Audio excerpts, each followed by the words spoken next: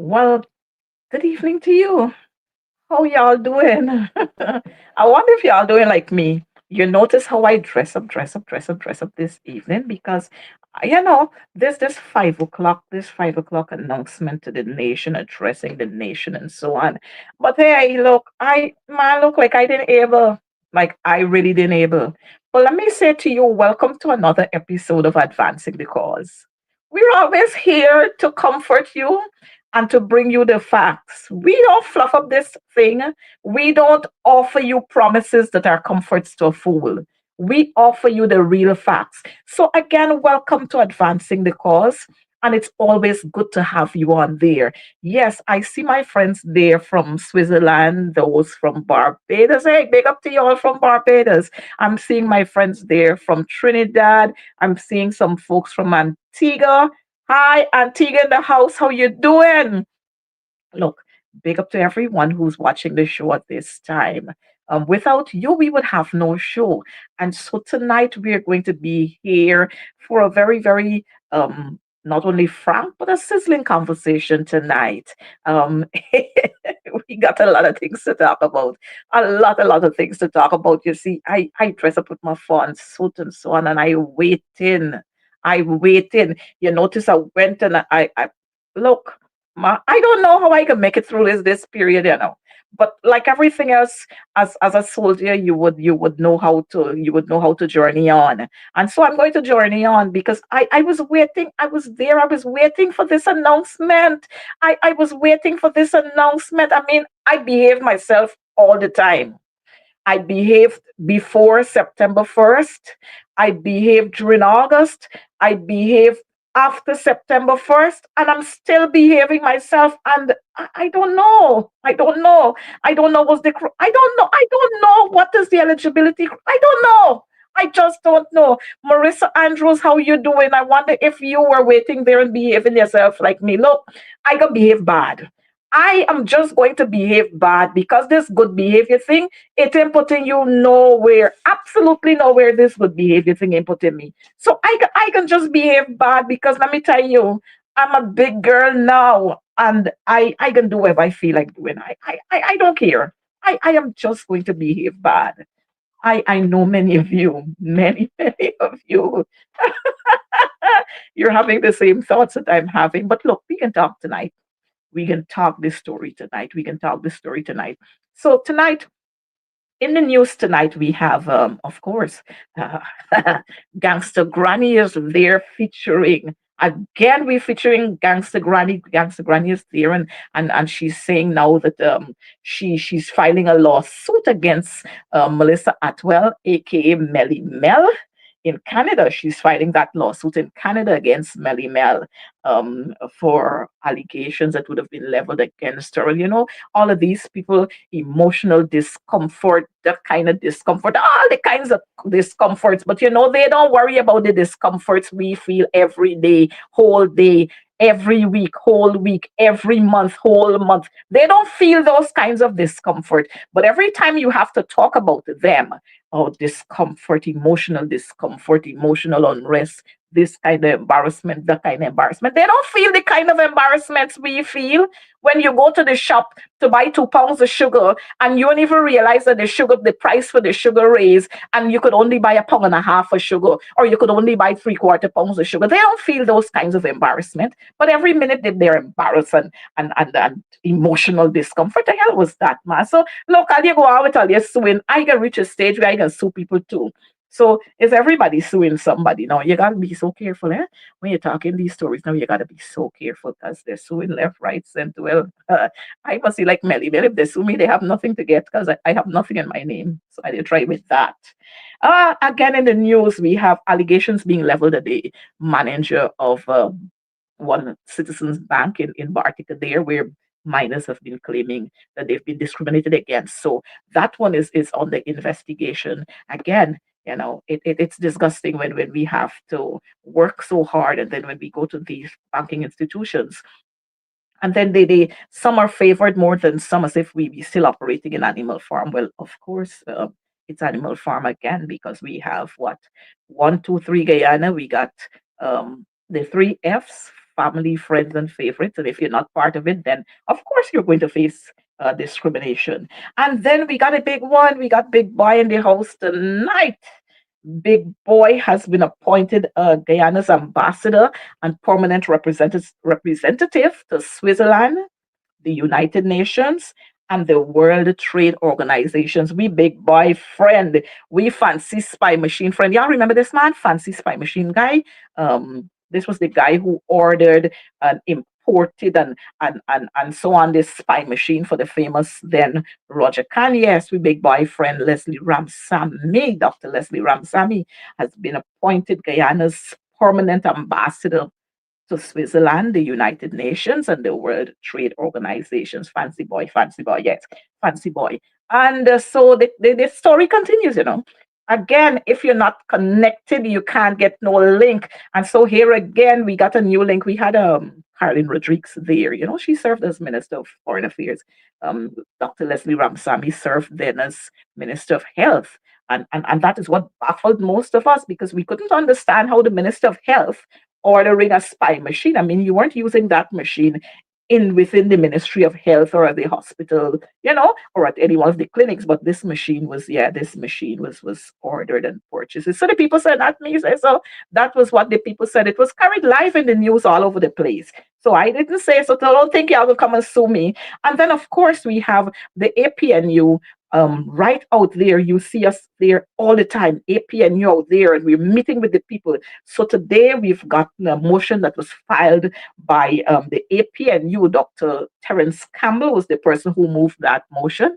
It was seconded by MP Psycho Andrews, and they are calling for budgetary support for social infrastructure and the welfare systems. They're asking that the system be better. We do proper things.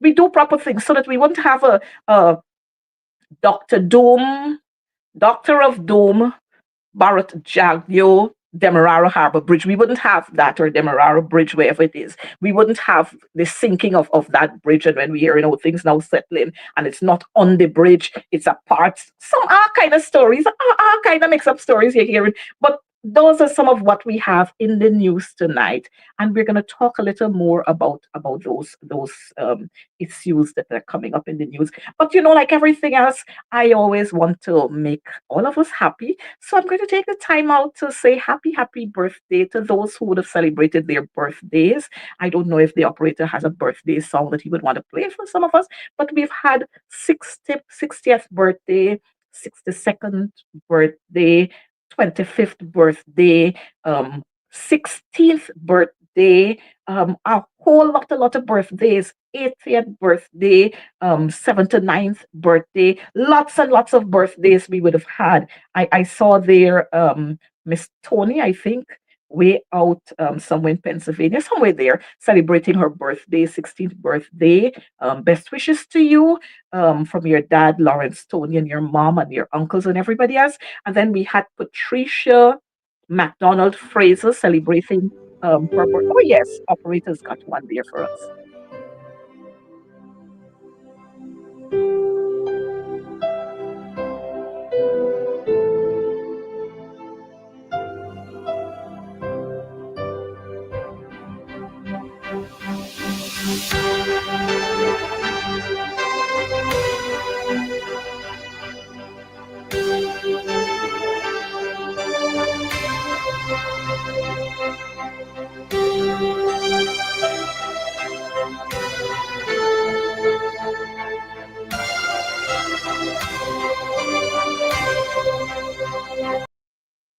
Nice. So we had the birthday there, and then we had Patricia McDonald Newland celebrating her birthday too. And we got so many other birthdays. But I don't want to continue calling the names because you know I can get myself in problems. You notice I'm looking down here because people sending me birthday saying, oh, you could call someone, you can't call the other. Hi, happy birthday to all of you. And I'm trusting that this year, this new chapter is going to be an amazing one for you. That you're not only going to grow spiritually, but you're going to grow with that wisdom and that sense of discernment so that you'll be able to analyze for yourself.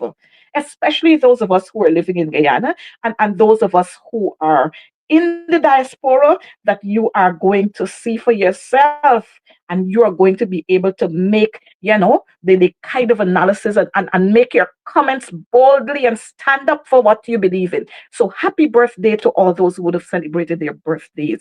And then, just as we are celebrating, we have that other aspect. Just recently we lost one of our broadcasting idols. He was an exceptional person, an exceptional person. And every time we lose these icons and these legends, there's always this gap, and it's not easy for anybody to be able to fill those shoes. It is so, so, so, so disgusting. I pray that God is going to bring the kind of comfort that is needed at this time to the family of the late Ron Robinson, AA, who gave his life to this country. I pray that God is going to bless him. And to all others who would have lost their loved ones, we want to extend heartfelt condolences to you, and we pray that God is going to bless you, and God is going to grant you the comfort that you need. So, with that, we again, on behalf of this team, extend heartfelt condolences to you, and to say to you, God is going to take care of you. And so, with regards to Comrade Ron Robinson, it's open. With regards to Comrade Ron Robinson, and you notice I'm calling him Comrade Ron Robinson. With regards to the late Ron Robinson, um, there is an entire schedule that is out there with regards to funeral arrangements and this and that and the other and so on. If you follow on Facebook, you're going to see yesterday. I know there was this signing of the Book of Condolence, and then we have a night of reflections. Last night too, there was a program on 104.1, and the funeral is going to be on Friday, I think. Yes. So if you follow there, you're going to be able to pick up the information that is so necessary. Operator, I don't know if you have a little hymn of comfort that you can play for our folks there. If you do, I'd be happy for you to play that for our folks. While the operator is looking for that, I want to also remind that we had the deaths of the death of a young lady. How old is she again? A mother. I saw a mother there wailing and lamenting, a mother there wailing and lamenting on the fact that this government, the incompetence of this government, we continue to lose our children at the in. Oh my gosh. And so we want to extend sympathy to those family members as well. I think, is she 16 years old? I think she's probably 16 years old. The mothers complained that she was there, and the long time that they had to wait to be attended to. And this is simply because we have a group of people who are incompetent. This government continue to build, as they call it, I don't know if it's state of the art or state of the heart hospitals, where we don't have enough doctors, we don't have enough nurses. And so our doctors and our nurses, they are overworked. Overworked, some of them working for 36 hours. And I know Frank Anthony will want to come to challenge me, but it's a fact, and you know that doctors are working at the Georgetown Hospital, and then they have to go to Diamond Hospital, and then some of them have to go to, from they're working at Diamond, and then they have to go and give service at Enmore, and they're working at New Amsterdam Hospital, and they have to go to Bath, overworking our nurses and our doctors. And the sad part, many of our doctors in some instances, they are fresh, they are new, they don't have the kind of experience. And sometimes you go to these hospitals and you got two nurses and one doctor. What can they do? In addition to that, we've seen the cutting of fancy ribbons, and big opening ceremony, and all kind of ribbon cutting ceremony. And then you know what? They move the equipment from one hospital to the next hospital, and giving you the impression that these hospitals are stocked, they are fully equipped, when it's nothing of the sort. More than that, they ain't got medication. They ain't got medication because you know what? The medication is being used. The medication is being used, or when they buy the medication, it's bought from a third party. And when they buy it from a third party, you know what happens when they buy it from a third party? They're paying double and triple the cost. That's what happens when they buy it. Double and triple the cost they pay. And then when the medication come here, the shelf life is this short. So you've got to always be out of medication. But that's another aspect that we are going to get into. But let's talk about it. I know that we have operator. Are you still trying to find that? I don't know.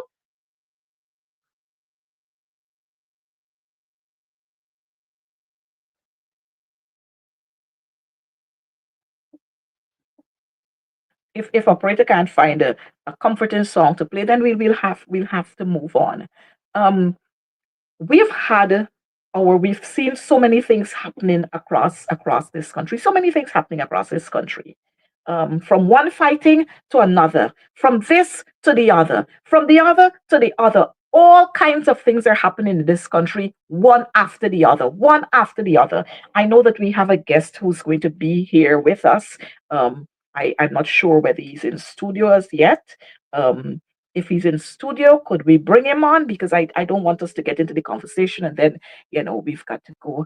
If he's in studio, could we bring him on? Um, just tell me what is happening. Tell me what is happening with you. If you're hearing us clearly, just let me know if you're hearing us clearly. Tell me what's happening with you outside there. Tell me what's happening with you outside there.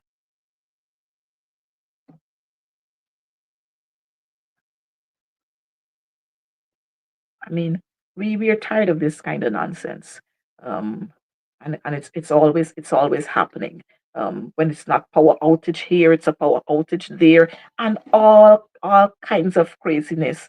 Um, our guest is not here as yet, but we're gonna bring our guest in just a while. We're going to bring our guest in. But let me tell you what we are going to be. Let's talk about this new thing now with this licensing of drivers, this drivers and the licensing of drivers and this whole thing.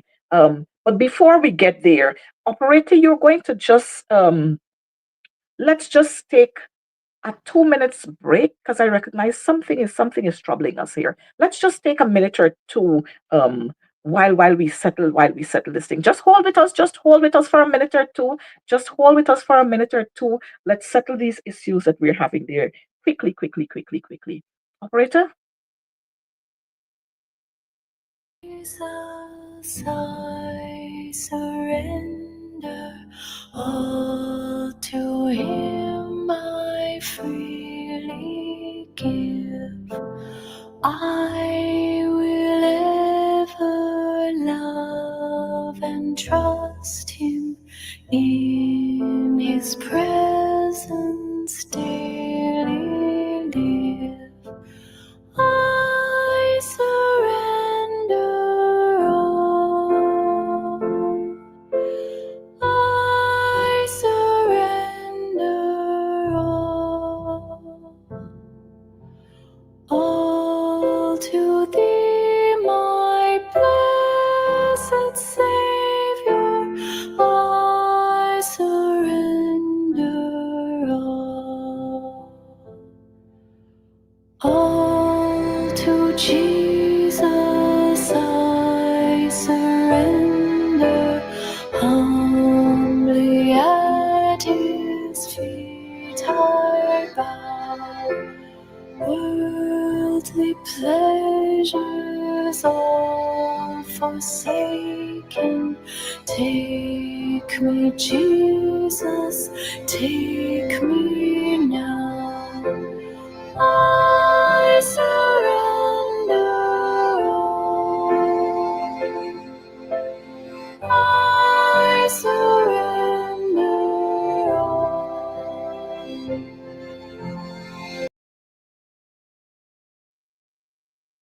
Yes, so we want to thank the operator for playing that, and I trust that that song will bring comfort to those who are sewing at this time. So we're going to talk a little about the licensing, this licensing thing.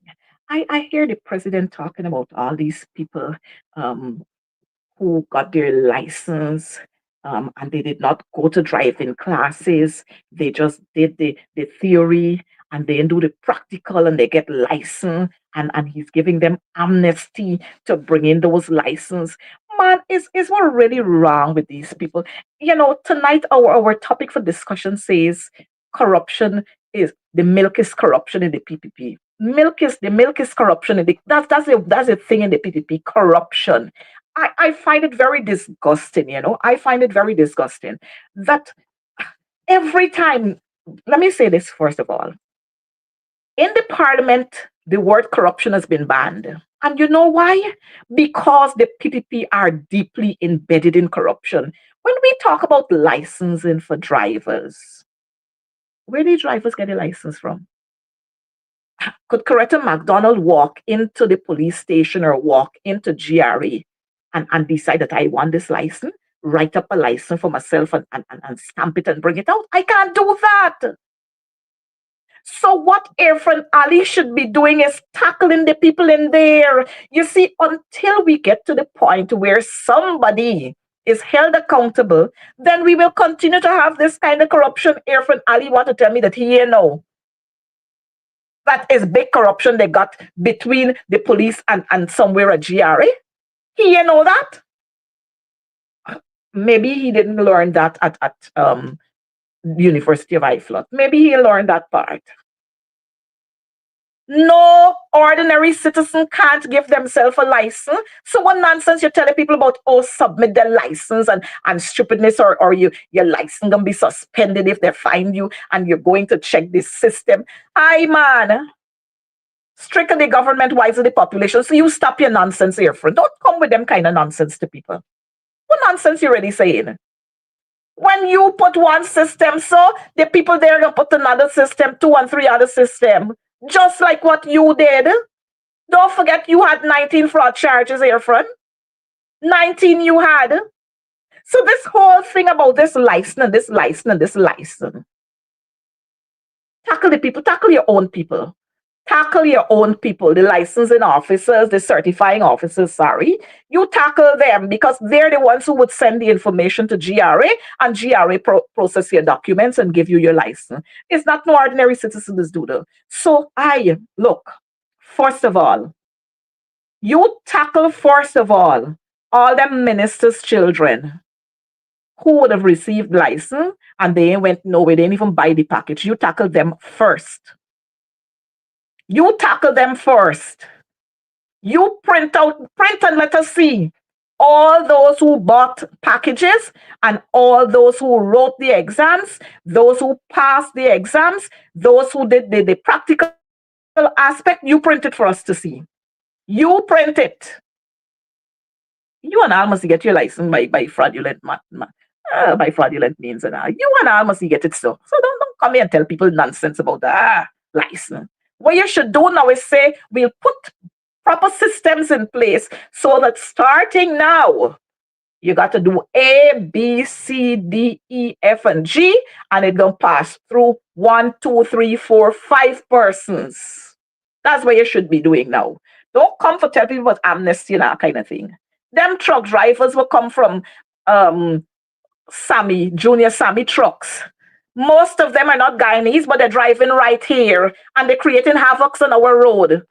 You tell me about them. Is y'all grant them contracts to come here? Y'all grant them the contracts and all the waivers to come and bring all them big trucks here. Irfan, don't start me up. Don't start me up. So don't come to tell people nonsense here. Don't come to tell us nonsense here about license. Come here and tell us that after consultation with the general public, we've arrived at this position. So throw the thing out. Don't come with a thing about licensing. And so while we're talking about licensing, again, we've seen corruption billowing at the level of the police station, at the level of the police force. Money got make, box and got throw. Some of them guys out there throwing $20,000 a day bucks on. Ah, so Air France, stop with your nonsense. And then while we're talking about the Boxan, we're going to talk about these speeding cameras. I don't understand how these people just wake up just like that and they want to do this. Airfront sleepy wake up, sleep and dream that he went in the cemetery walking 5:30 in the morning, and when he jump up, he realizes a dream and he come out with something. So we are going to have speeding cameras now being placed at the Doctor of Doom Barrett Jagdio Harbor, Demerara Harbor Bridge. We are going to have speed cameras being placed there. It's not no speed cameras. No, that's not a real reason why they're putting those cameras there. They're putting those cameras there because they got to make money. Are y'all in a sense? Huh? They're putting those cameras there because they got to make monies. They tell you that the bridge is free, free crossing. But let me tell you, it's thousands of people gonna be getting speed tickets, 7,500 for one, something so something so. For every thousand that go across that bridge on both sides, when you collect a speed ticket, it's 7,500 you gotta pay. You count it 1,000 one way, 1,000 the other way, at 7,500. Money's got to make. So these people they always find a way to strangle poor people. They're always finding ways to strangle poor people. Always finding ways to strangle poor people. Now you can give me a speed ticket, but the police gonna be driving across that bridge aimlessly every day, whole day. Nothing, they're not in a hurry for anything, but they put on the siren and they're speeding. You can get speeding ticket for them. You can give them speeding tickets. You can give them speeding tickets. Huh? You might have an ambulance coming across there too with chicken or beef from Brazil. You can give them speed tickets. Are you just full of stupidness? Just full of stupidness. Just full of stupidness. What you've got to do is ensure that you train your personnel in the Guyana Police Force. Train them well so that they are able to monitor what is happening there. And you know what? Is the kind of lawlessness that we got in this country that causing people to be speeding and driving so reckless on this road. You travel the world and you can see whether they got speeding tickets on bridge. You travel the world. But these folks are always with like some folks would say the jackassishness. They come with that. Always come with something like that. But let me remind you, money's got for make. So the bridge is no free. Money's got for make because don't forget, it's a loan we took to have that bridge there, for that bridge to be constructed. It got to be repaid. And it's gonna be repaid 2 and 3 times because they can take the monies that you and I are supposed to receive. They can take those and repay the loan. Plus, they can collect the speeding fines from me and you, and it can go in someone of them pockets. Yes, it will go in their pockets. So it's a wheel in a wheel in another wheel, and every day the gap will continue to widen between those who are rich, the elites, and those who are poor. The gaps will continue to widen. So, viewers, I don't know how y'all see it, but y'all better look at it. Y'all better look at it. You remember it was the APNU who had dropped the cost for crossing the Berbice Bridge. I mean, the PPP they love people so much. They love the people in Region 6 so much. And they put big costs for you to cross the Berbice Bridge. It's the APNU who had to come and drop the cost. And so I want to say to you, big up to the APNU, always concerned about the people, people centered. You can't beat the APNU. But you know what happened to some of us? Some of you, some of your children, they allow a couple dollars, a few pieces of silver to sway them. They allow a cook up rice, a box of cook up rice to sway them. So it's 5 more years on them. 5 more years on them. But let me tell you what, the APNU will never give up on our people. We will never give up on our people. The advancing the cost crew will never give up on our people. Let me remind you, it was the APNU. The APNU who had constructed passport office. We decentralized the passport office, so we had passport office in other areas. The people in Berbice, they, after years of having to travel from Berbice at 4 o'clock in the morning, you're traveling there so that you can be in the line early o'clock at Camp Street. We decentralized that and we put passport office in the different regions so that you could have gone there to apply for your passport and to uplift your passport. You know what the PPP did since they returned to office? They cut it out. They cut it out. They love the corruption. They love the corruption. So the milk is corruption for them. They love it. Or corruption is the milk for them. They love it. So they have abandoned that. And that's the people, those are the people who talk about I love you, you know. Those are the people who talk about because we care. Well, we can get to that aspect just now. We can get to that aspect. But as we go along, we recognize that you remember sometime last week, we had a breakage at the Ministry of Home Affairs. Imagine.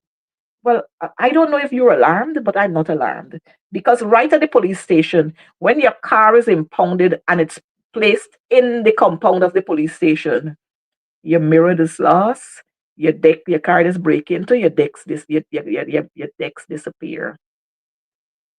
So with the breakage at the Ministry of Home Affairs, I wasn't surprised by that.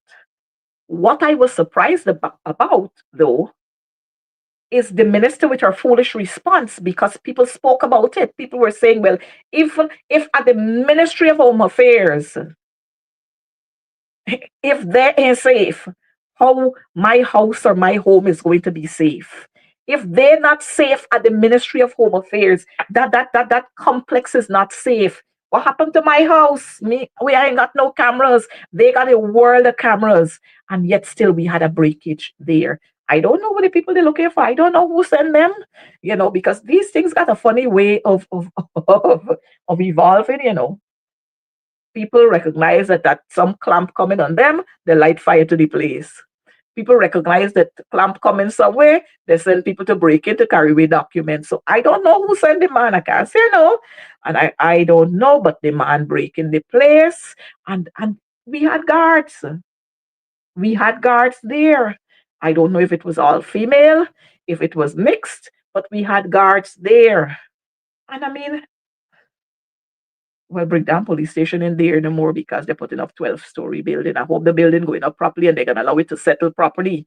Um, the other day, and this is just for the fun of it, the other day when they had the Demerara Harbor Bridge to do the load testing, they wanted Odessa and I to be there to do the load testing. But I want to tell them they got plenty over the other side who could do load testing. Your friend himself could go for do load testing right at the 12-story building that they're going to be putting up there because we want no catastrophe here. But yes, we're talking about the Ministry of Home Affairs. Ministry of Home Affairs was broken into. And the foolish minister, rather than saying that we're going to put proper systems in place and we're going to work to ensure that this happens and that happens, she got out an abusing spree because people talked about even the Ministry of Home Affairs. Y'all remember a commissioner of police had his home broken into? Thieves went into and ransacked his home. Well, if they could go and ransack the commissioner of police home, why they can't go and ransack the Ministry of Home Affairs? Yes, and so rather than saying, we might have had a lapse, we've got to put other better systems in place, she come out with an abuse out response. And that's all they're good for, Nothing. If they do something and you're critical about it, they abuse you out. If a decision is made by a magistrate or a judge and it's not in their favor, they cuss them out. That's all they can do. They don't accept no kind of criticism. You shouldn't criticize them. You should always be saying, yes, Father, that is true. Yes, Master. Yes, my Lord. No, they don't want people to talk about it. So she cuss out. But this is the very minister who's but you always see the effectiveness with which the police worked, and they were able to catch the perpetrators of the gas station bombing.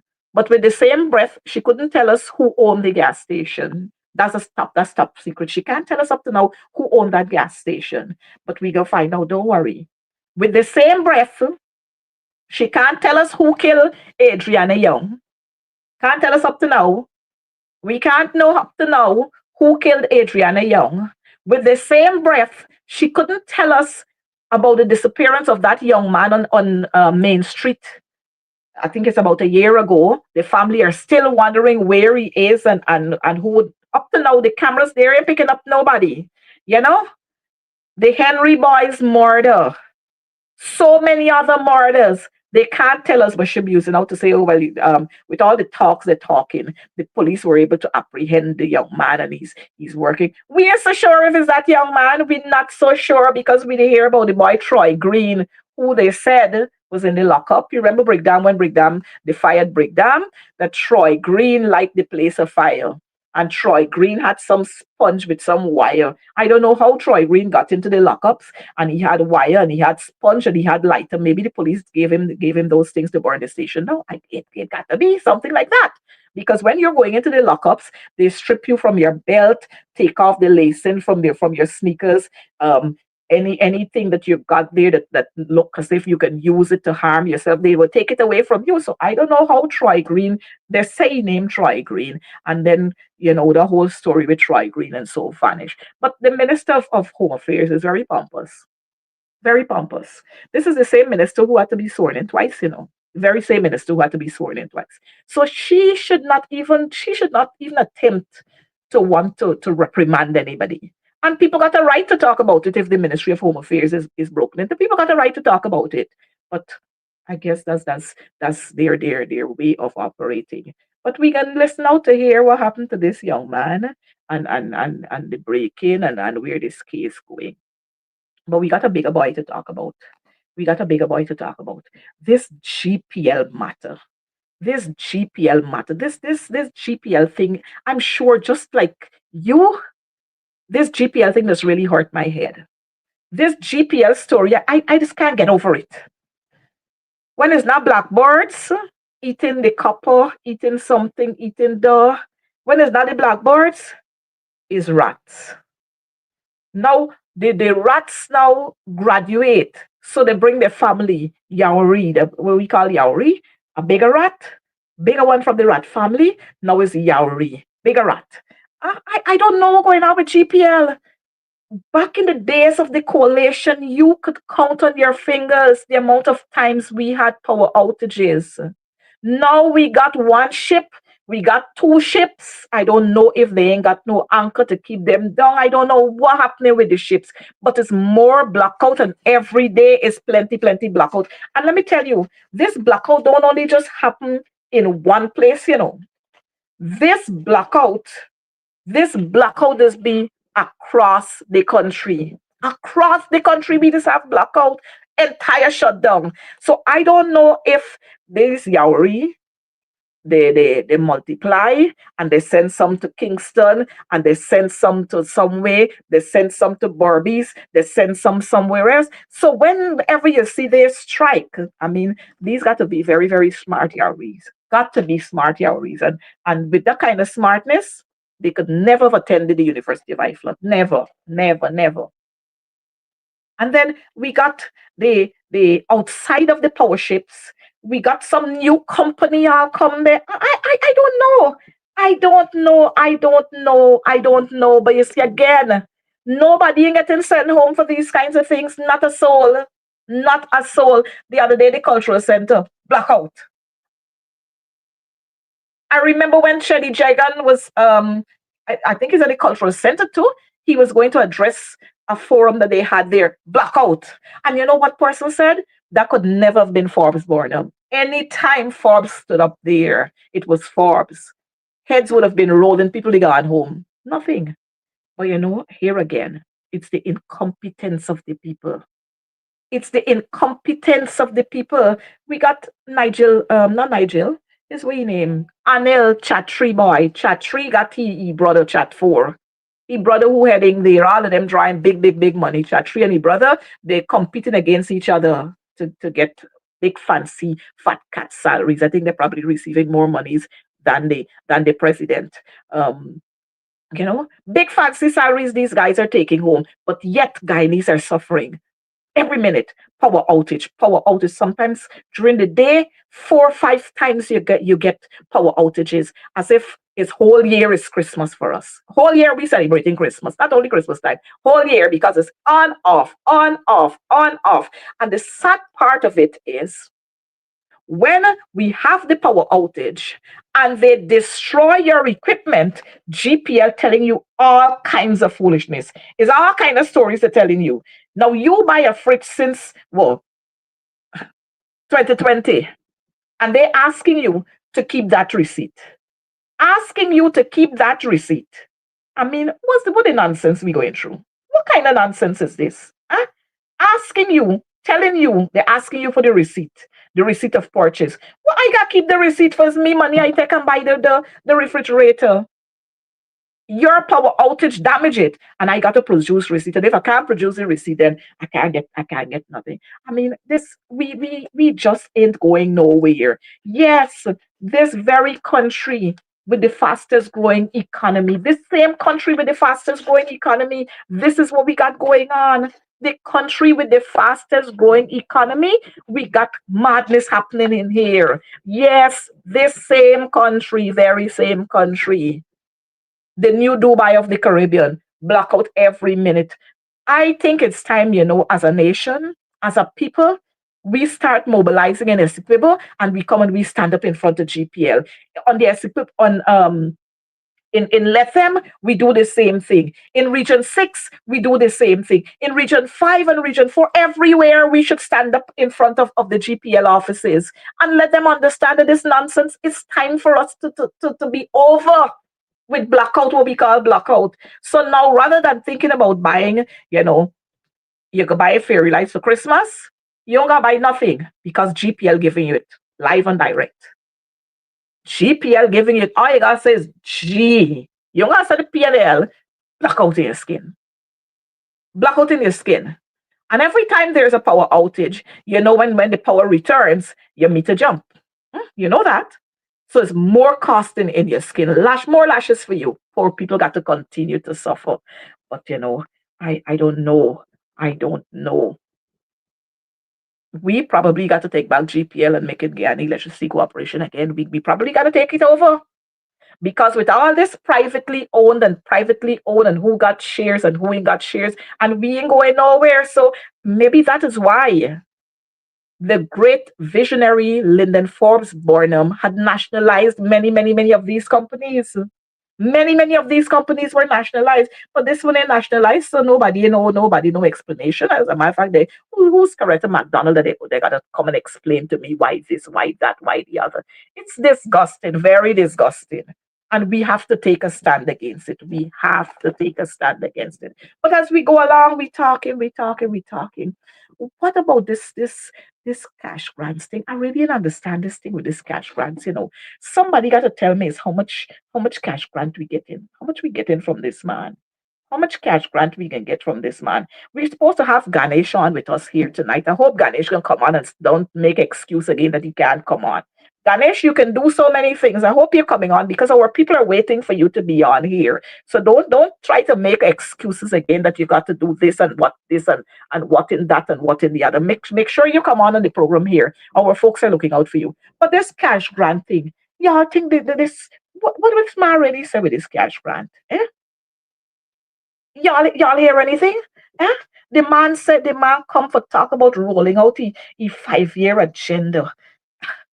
I mean, if it's 5 years to bring us happiness and to ease poverty, I noticed the IDB said the percentage of poverty is 58%. Poverty, 58%. Um, of our citizens are living in poverty, and 32% are living in extreme poverty. I ain't say so. I ain't say so. The IDB in their report said poverty is on the rise. 58% of our people are living in poverty, and 32% are living in extreme poverty.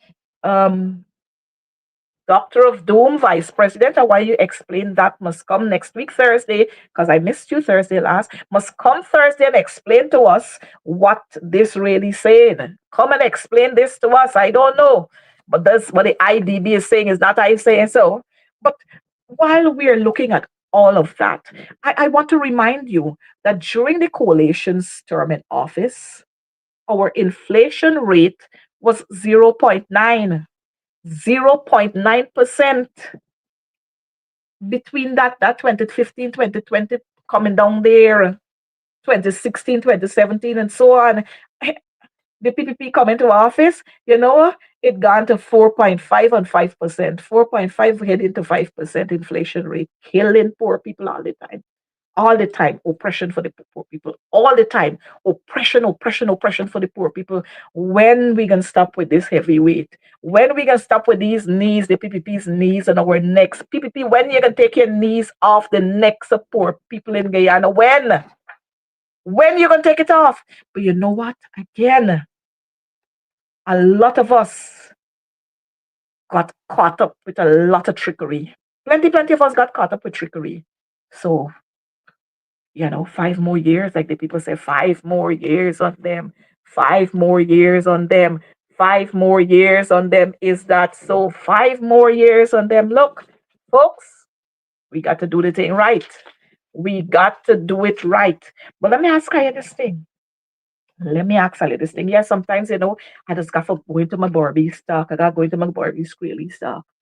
Um, do you know how a 35-year-old man or woman, 35-year-old, who would have worked for less than 5 years, how they could afford to build a house for 200 million? Y'all know how?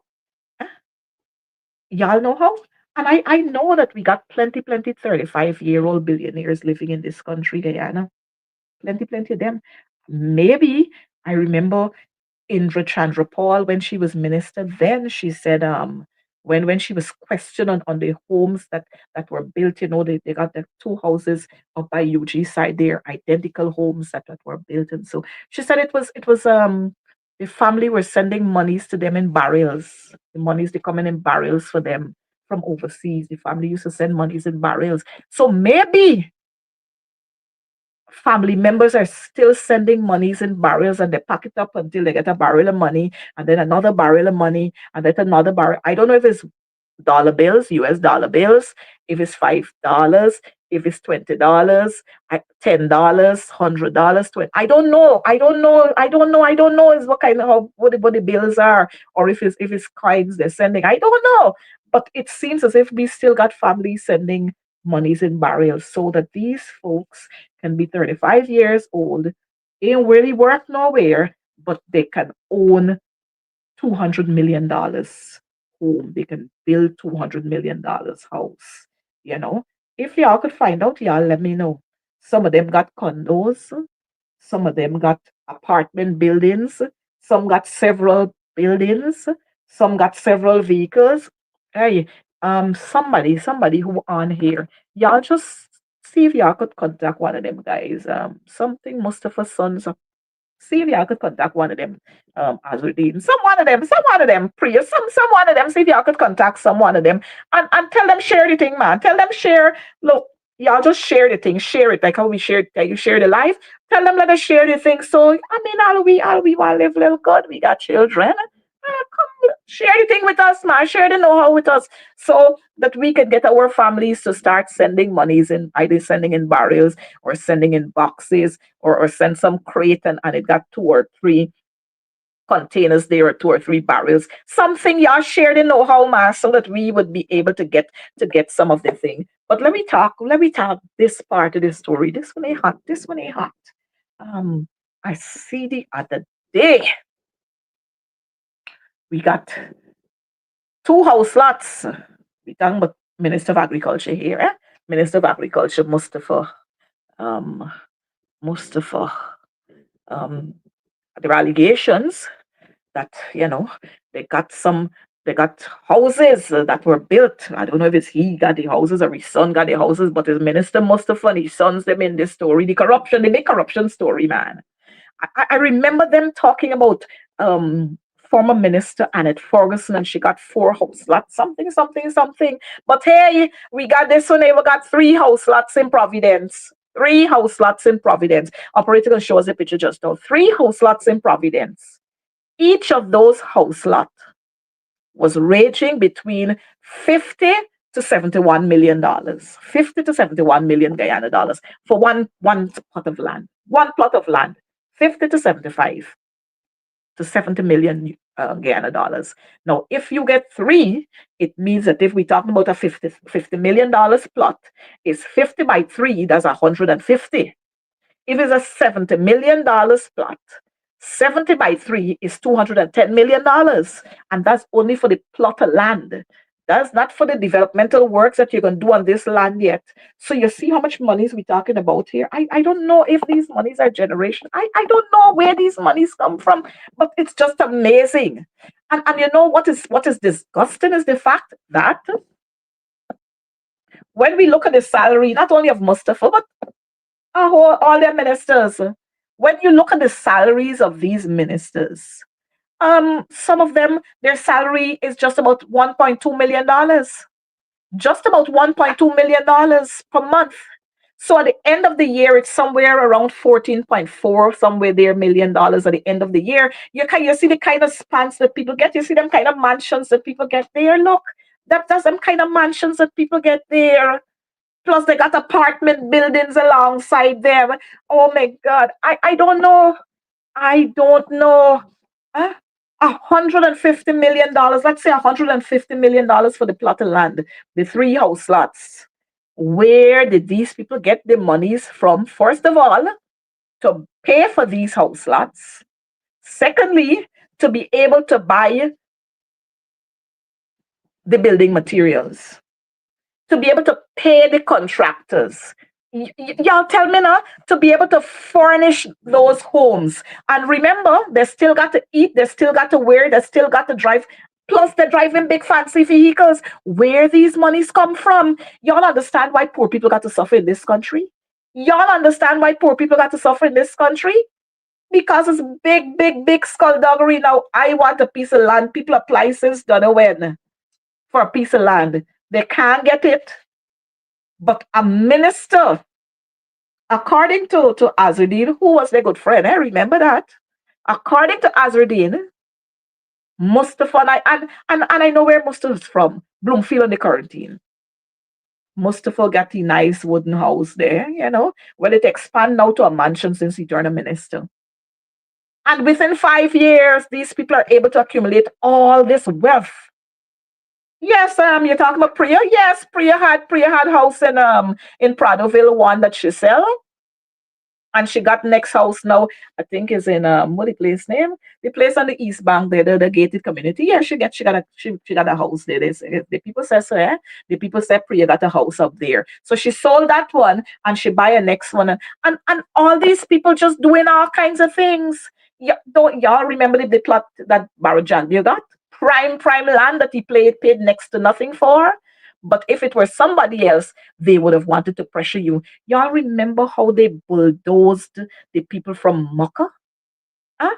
Bulldozed them from off of that plot of land and saying, oh, it was in the way of the construction. It was going to humbug the construction. Bulldoze those people. And if you go there, you would see that there's a trench, there's the new road, a trench in the middle, a big trench in the middle, and the plot of land that the people were living on. Bulldoze those people off of their property simply because where that road, that Heroes Highway, is going to be, that those lands are now prime lands, and so ordinary people can't live there. Ordinary people can't live there. Only people like Mustafa and his sons, and maybe Priya got spot there, and Sonia and Susan, and all of them probably got spots right there. Or if they don't have it, their family got it, or they got it and it's in somebody else's name. But that's how wicked these people are, and we got to call them out. We got to call them out for who they are. We got to call these people out for who they are. So that's the story with that big man, those big mansions, and the apartment buildings and so on that we seem to have there. And under the coalition, we had the group. I'm trying to remember the name of the organization. It just slipped me. But that was the organization that was headed by Professor Clive Thomas. And that organization was the organization that was going out there to find out how persons were able to acquire all that they have. They had to report. They don't matter with integrity commission. Don't matter with them. Don't matter with no integrity. Nah. Integrity commission reach the level yet. Relax yourself. Don't matter with integrity commission. But It was that organization that was going to root up everything and expose people. So they scrapped that. The PPP scrapped that. By the time they got into office, they scrapped that. And then we got Soko. Well, when you talk about Soko, you get headache, eh? You get headache when you talk about Soko, because Soko probably suing Sue, or he looking for Sue, or something. But they say right there, lots and lots of corruption has take place. Right there, it is alleged that lots and lots of corruption has take place. Right there at Soko, all kinds of things happen there, and so we have to be very, very mindful of what is happening there. Very, very, very mindful we have to be. So we're going to have to look at those things. These ministers must be able to account for how they would have acquired the kinds of resources that they have. They must be able to account for it. These ministers must be able to account for everything that they have there, because it's not their money. It's not their monies. Those monies belong to the people of Guyana. And if you are going to be there and you're acquiring all these wealth, then something is wrong, because it doesn't match the salaries that you're receiving. It doesn't match the salaries you're receiving. So we can move on from there. We'll move on from right there, and we can talk about Nila. We can talk about Nila. Nila is a um a new a new arm of the Ministry of Education, Nila. It's a new arm of the Ministry of Education. It is the National Education Leadership Academy, Nila. I don't know is whose son or who daughter or who niece named Nila, but Nila is the acronym for this thing. I don't know who named so, but it's the new acronym. Now, I don't understand why we always going to reinvent the wheel. We always reinventing the wheel, always reinventing the wheel. Now, I mean, we got CPC. Why couldn't this be an arm or an annex of CPC? CPC is where teachers are being trained. And if you're going to talk about training your middle managers and your upper level managers and administrators, why couldn't we do some additional work at CPC and put this annex there? But you know what? Money's got to make. Money's got to make. We got answered. Why couldn't we expand NSERD and put this unit in there? But again, like I'm saying, money's got to make. Money's got to make. We got to make the money. So you know what's gonna happen? We gotta get a building. We got to get a building. This is a whole new entity, Mind you, we are not against continuous professional training of every profession. The police force, we are saying that they must continue to do professional training. Nurses and doctors, continuous professional training. Teachers, continuous professional training for every level. We're not against that.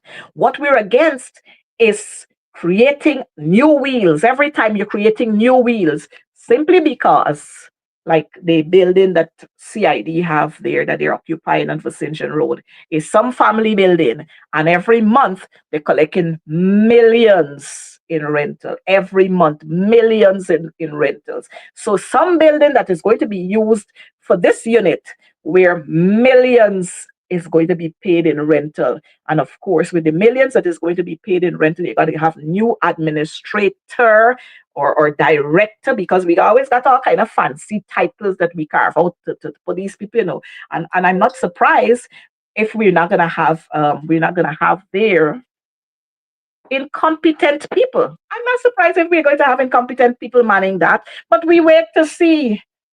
We welcome the idea every time of continuous professional training.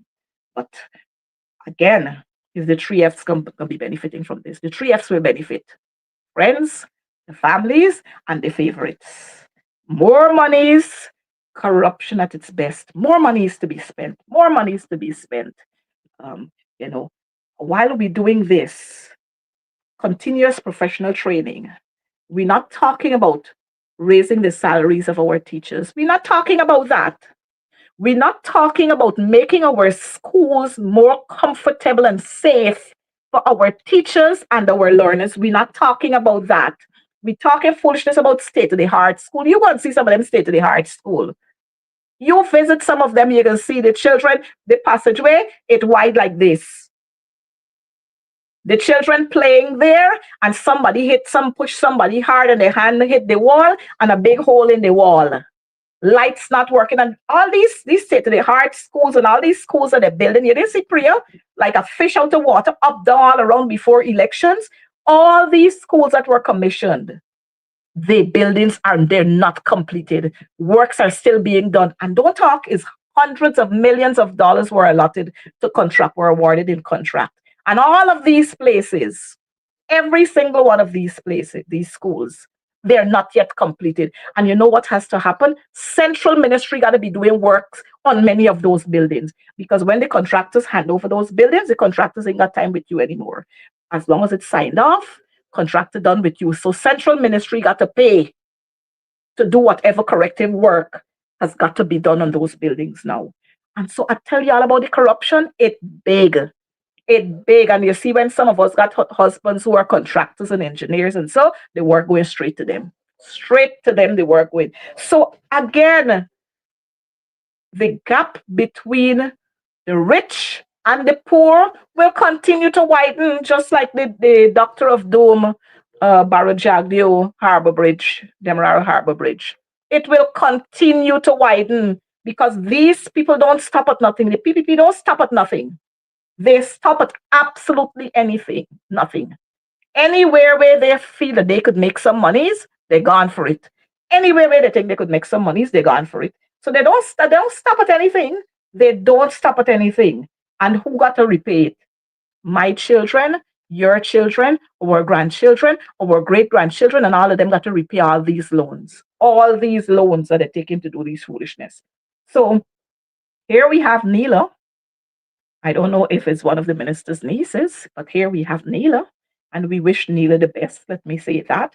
But again, we are disheartened by the amounts of monies that you use to do foolishness when we have institutions that you can expand and put your units there. We have institutions that we can use to do that. But again, again. Operator can show us what we're talking about when we talk, and while we're talking about schools and we're talking about education, we have seen recently a rise in bullying, lots and lots of fighting. Operator is going to show us a few of them. We have seen unacceptable, vulgar behavior coming from our children. You know, we have seen that, and we've not seen any kind of any kind of solid, real solid documents coming out from the Ministry of Education. You see, look what I'm talking about. Fight at school. Disrupting the whole school in chaos. Fight at school. And it's not one day or once per month. Sometimes for the week, 4 or 5 fights at different schools. This is what we have to be faced with. Our children have to go through these kinds of things. Fights at schools. This school, that school, the other school. We've not seen any comprehensive document coming from the Ministry of Education with regards to how we are going to be dealing with these fights. I can tell you, during the coalition's term in office, the coalition had a bus there to deal with psychosocial issues.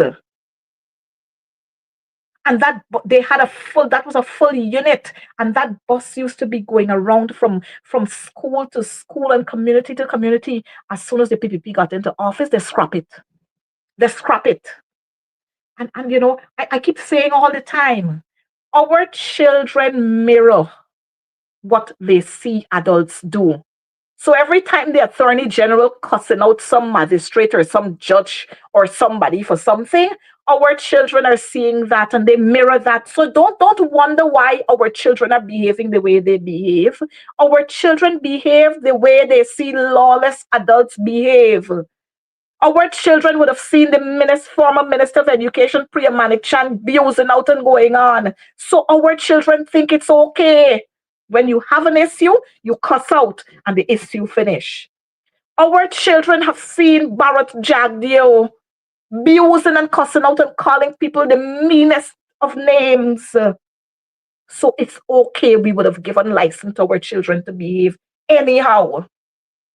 Our children have seen Nigel Daramlal, Kwame McCoy, the whole crew of them behaving crazy. Those behaviors are not normal behaviors, and our children have copied them and they think it's the right thing to do. And these are the very people who want to come to school, like old people would say, scold you or reprimand other persons when you make statements. These foolish people, these nincompoops want to come and scold other people when you have to talk about their behavior. Judge Kisoon ruled against the government and Nigel Nandalal. Laws, you know, Magistrate Lachman the other day, Lachman, wherever Lachman, made a ruling. She granted bail to the Mohammeds. It was a big views out. But when she said now, when the decision was made that the case is going to be tried in the magistrates court. Oh my boy, Anil, nobody like he. As long as it doesn't suit you or it doesn't suit them, it's fire and brimstone. But when it suits them, it's okay. It's all well and good. I mean, how long are we going to continue with this kind of nonsense? How long? How long do we continue with this kind of nonsense? It's disgusting, very very disgusting, and we must put a stop into it. We gotta put a stopping to this thing. Got to put a stopping to this. Our children must not be allowed to see these kinds of madness. Look, the other day there was um the highlighting of the conditions at the Amerindian hostel, and you know what? I have seen several shows who they place there and give them written scripts to come out and talk about. Oh, I mean, Azardine is not my friend. Y'all know that. But I've seen them put several persons out there to condemn the behavior of Azardine Mohammed and Odessa Primus and whoever else. But I've not seen one of them condemn the behavior of Auntie Claudine. I've not seen one of them. And this woman, I'm sure the opposition operator, I'm going to call you opposition leader. Operator, I'm sure you have that a little bit of that video to show us. I've not seen any one of them. Not that one. We have another video, but that's Auntie Claudine there. That's Auntie Claudine there. I've not seen any one of them. None of them condemn the behavior of one of their supporters. Not one of them. And she has been saying the most vilest of things on social media. The most vilest of things on social media. And I've not seen any one of them condemning her. None. So, in other words, it's okay when the shoes is on your foot. But when the shoes is not on your foot, then you know what? The hell was that? We can do what you can do what you want. We don't care about it. Auntie Claudine, I'm sure you would have seen that. A very big woman. I'm sure she's over 60. Behaving in the manner that she behaved in, right in the full view of the public, Auntie Claudine, in the full view of the public. I'm trying to see if I have the video there to share with you. In the full view of the public.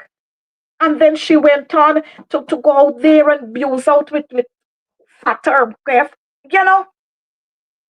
And not one of the PPP ministers, Priya, Sonia, Susan, Sarah, Gail, Vindy, Alien Mouth, none of them, none of the women there have come out to condemn her behavior. What do you expect our children to do? Hmm? How do you expect our children to behave? And then when the children behave in a particular way, a way that is very unpleasant, in ways that are vulgar, then we want to put out bold statements. Nonsense. Absolute nonsense. Correct yourselves first. Children learn from examples, from elders. They learn from what they see. So if every Thursday you got the abuse out man want to come and abuse out, then our children will abuse out because they feel that that's the right thing to do. Somebody offend you, cuss them out. We've got to do this thing properly. We've got to do it properly. I remember back in the days when I attended school, everybody was auntie this, uncle that, cousin somebody. You couldn't pass an elderly person on the street without saying good morning or good afternoon. You couldn't be seen fighting on the street if by chance you were fighting and you saw an elderly person. If you see how quick you're running in your shell and you're behaving with the person who you were having the fight with, as if it's not anything, as if y'all just having a little friendly tug, because you know they were scolding you right there, and then the message would have gotten to your parents. But there has been a total breakdown in the system, all because of the PPP. The PPP have caused a total breakdown in our system. But let me tell you what, we got to pull it back. We got to pull that back. If we want to save our children, we've got to pull it back. We've got to pull that back if we want to save our children. So many of us, many of us will cry. We've got to pull it back. Our children have got to learn to be respectful. Our children they got to learn to be respectful, and they could only learn to be respectful if we show them the right examples. We've got to show them the right things. We've got to do the right things. And if we don't do the right things, our children will do what is wrong. And then we'll have much more happening in our society. Long ago, some of our grandmothers and great grandmothers would tell us they hadn't to sleep with they never bolted their doors.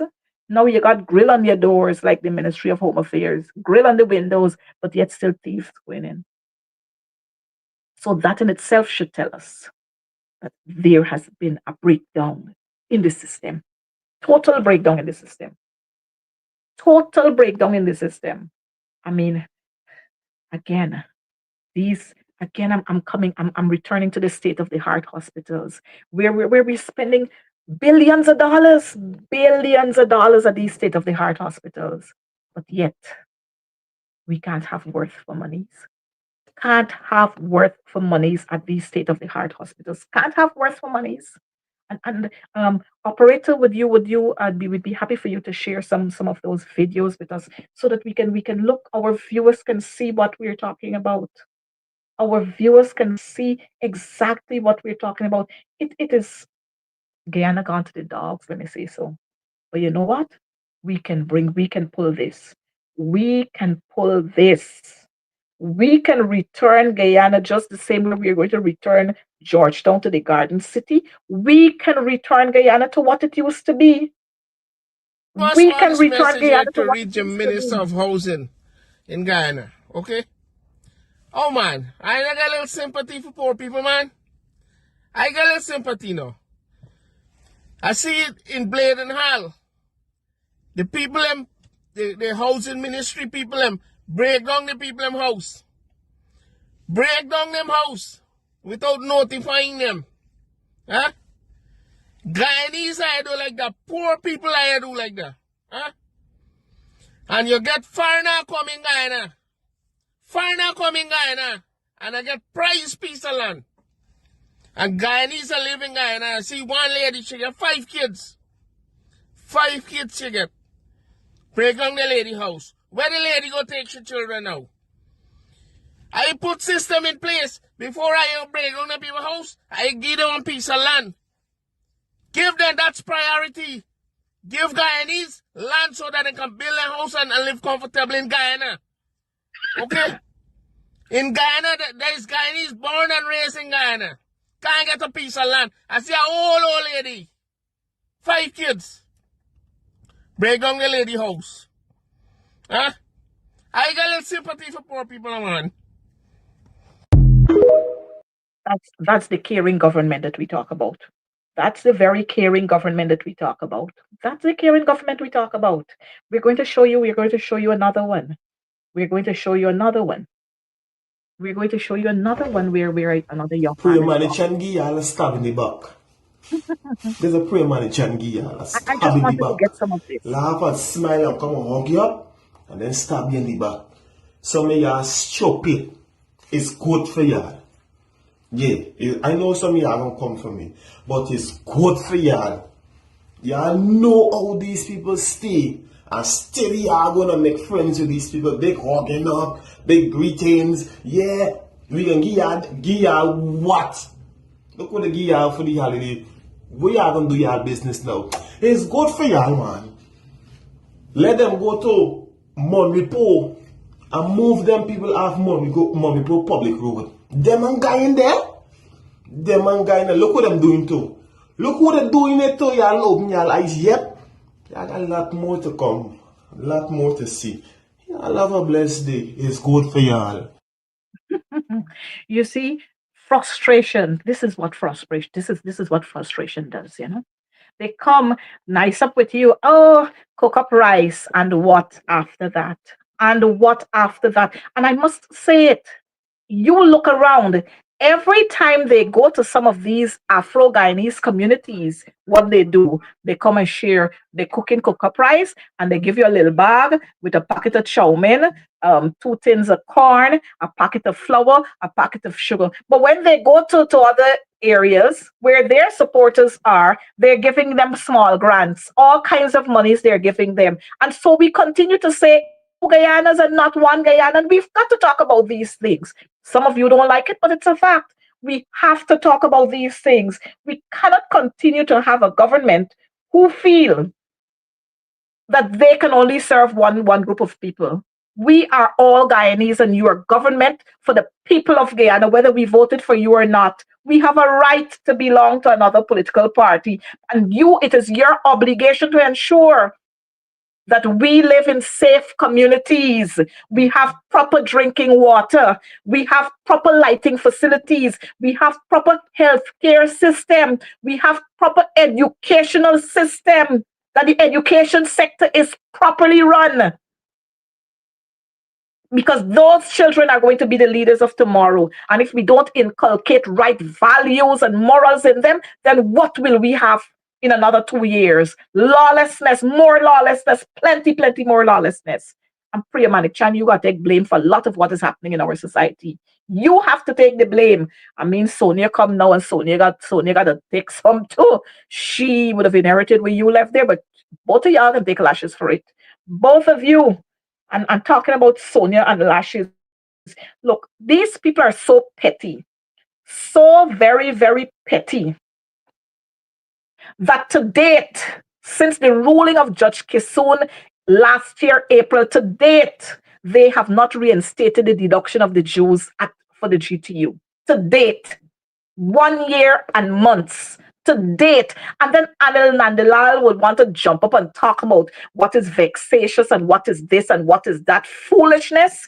Anil Nandilal, where are you? You need to honor the ruling of the court. Hmm? But you want to talk about who must pay this, and you're all ready to sue and ready to sue. Honor the obligations of the courts. You must honor the laws of this land. The court made a decision, the judge ruled. The appeals court held up the ruling of the judge. And yet, to date, you can't reinstate the deduction of the Jews for the GTU. Simply because the GTU is not one of them suck up ones who can wait for drink soup. Y'all can't control the GTU. So you tell yourself you're going to stifle the GTU and kill the GTU. But I want you to know that our teachers are committed. Our teachers are committed and they will continue while we don't get all of them from the union to pay their dues. Most of them are committed and they're paying their union dues via MMG and other means. This government is a wicked government. And if you don't know how wicked this government be, look at what they would have done to you with the promise of the cash grant. Huh? Look at what they would have done to you with the promise of the cash grant. But y'all gonna hear more about the cash grant, because I see is the whole school you bring out, mother, grandfather, niece, great grand, everybody they bring out for big puppy show. Big puppy show to hear a long, long, dry, useful address. I enable. Operator, we got another one that you could play there. I guess y'all and behave yourself. Y'all and behave yourself. And I heard PM told them next year is the next grant. If they behave themselves, they get it this year.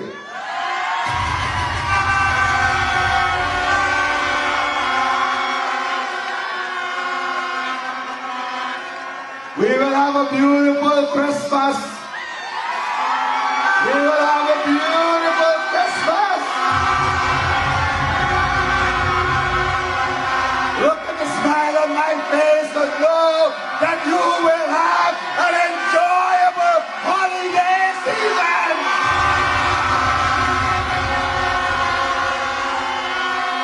Brothers and sisters, trust me.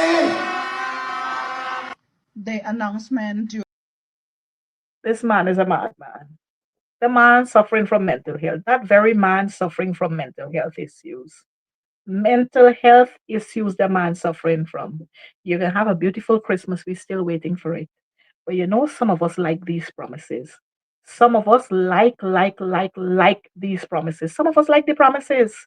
We like the promises. But let me tell y'all, I don't know if the operator got it there, but we're looking at these roads that this government building, these roads that they're constructing, all these roads, friends, family, favorites, grandson, everybody getting construction. They turn a contractor, they're constructing roads. And all of these roads that they're constructing in these villages, two vehicles can't pass at the same time. Two vehicles cannot pass at the same time. And all these roads that is a whole lot of monies, plenty millions for these roads. But you know what? There is no revetment or shoulders on these roads. None whatsoever. None you can't have. No surf. They don't have anywhere there for water to drain off. No, nothing in place for water to drain off. So on some of the roads you're going and you're seeing there, oh wow, look who we have on the show at this time. Ganesh Mahipaul. Ganesh, I know the people would put some lashes on you. Oh gosh. Correct. We did not behave ourselves apparently because it's going to be a gloomy Christmas. No cash grant has been announced. In fact, what he said is that he's going to cater in the 2026 budget for $100,000 for people 18 and older, but that's not what was promised. And when he campaigned in August for September 1st election, the promise was that we're going to have a good Christmas should he return to office. And the Well, just people voted for him. Ganesh, just hold for me. Operator, could you play that for us again?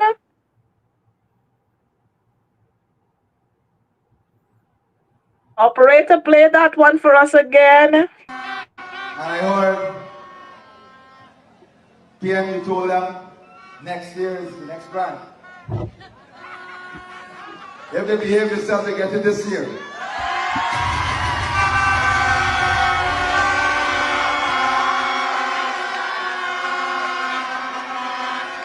We will have a beautiful Christmas. We will have a beautiful Christmas. Ganesh people, I don't know what kind of Christmas y'all gonna have. But if I were y'all, I would go at Lenora, sit down in front there. I would go at State House and sit down in the avenue. I would have gone somewhere by Freedom House and sit down right there. Budget 2026 will cater for cash grant, $100,000. And by the time you get a $100,000, Ganesh, milk gone two times higher. Pumpkin, if it's not, it can move from 1,000 to 12 and $1,500. Ganesh, how do you feel about this address to the nation? I wish GPL to give me blackout.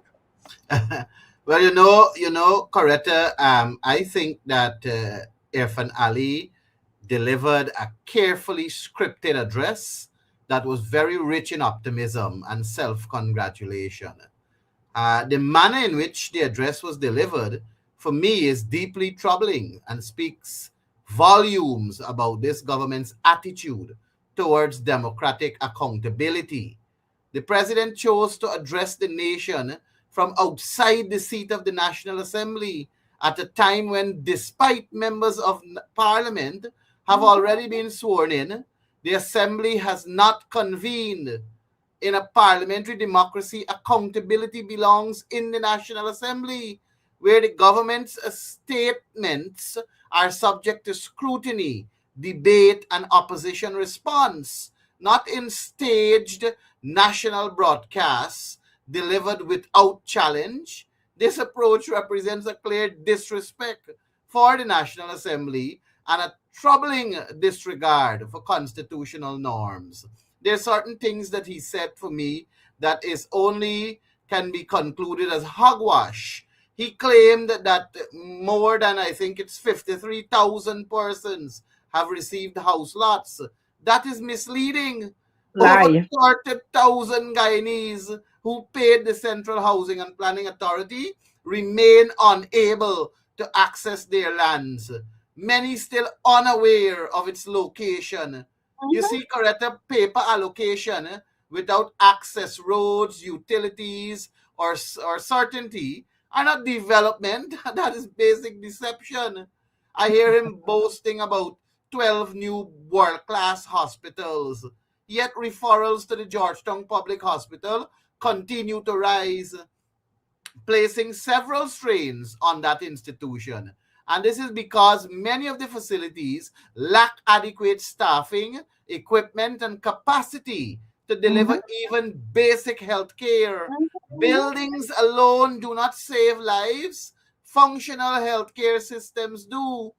And I heard him on the security and justice.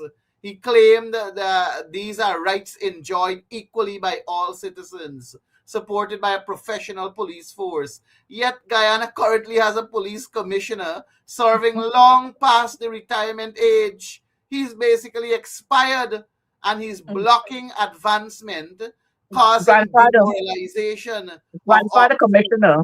We got gangster granny, we got gangster grandfather, we got gangster grandfather commissioner.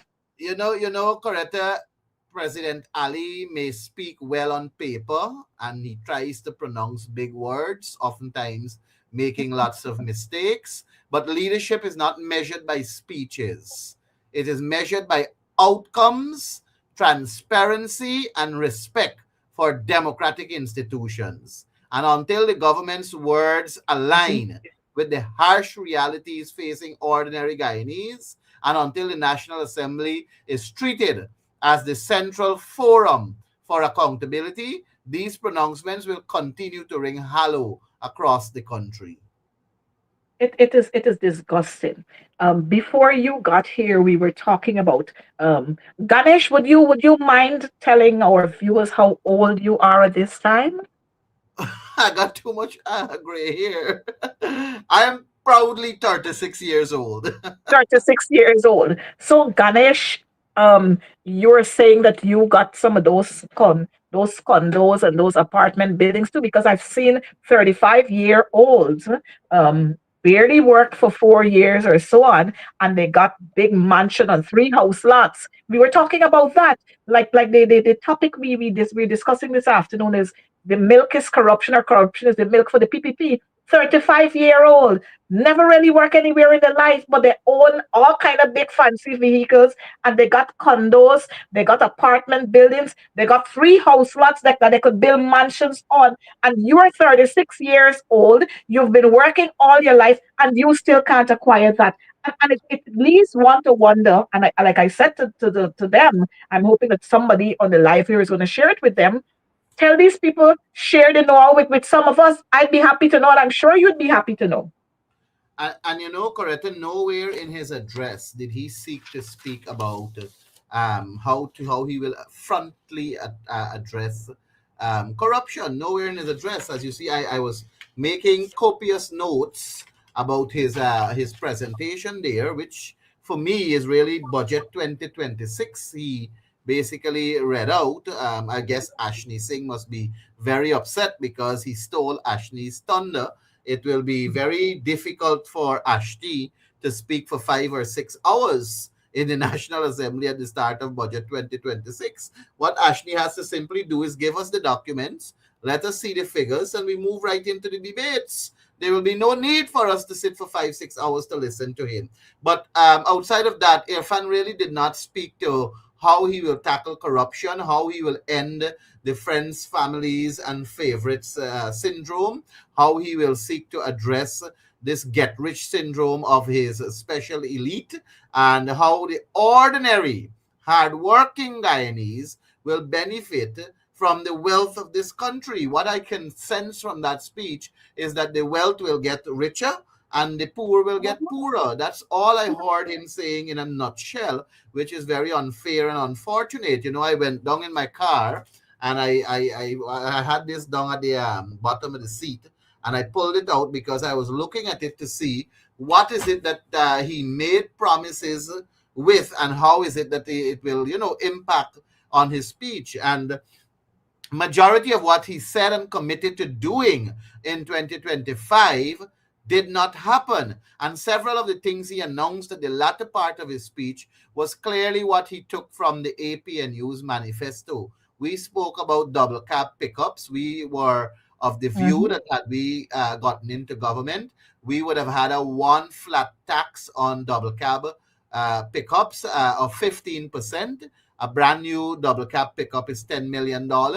So that would have meant that 1.5 million alone would have been towards the flat tax, causing Mhm. a buyer or a purchaser to just pay $11.5 million in total for that vehicle. He basically looked at that proposal that we had, and what he instead is offering the Guyanese people is a flat tax of $2 million for, I think he categorized the under 2000 cc, and then he said 2000 cc and above a flat tax of 3 million, which is more than what we were proposing, but the same idea and concept. He Mhm. also spoke about increasing CSOs, neighborhood police officers, and 10-day workers their money to $50,000 per month. We were going with a higher figure than that because we had minimum wage that we were carrying to, I think it was Yeah. $150,000 per person, and they would have fell into that category. Important to note, and people have to understand wording. Wording is very important when a speech is delivered like that. I heard him saying that over the course of the 5 year term, the Because We Care cash grant is going to go to $100,000. That is not what they campaigned on. They Nope. campaigned on raising it to $100,000 and plus adding a transportation cost Yep. for children of $100,000. And that is not what he spoke of there. And he also said that over the course of the 5 year period, unless I heard incorrectly, that old age pension will move to $60,000 and public assistance to $40,000.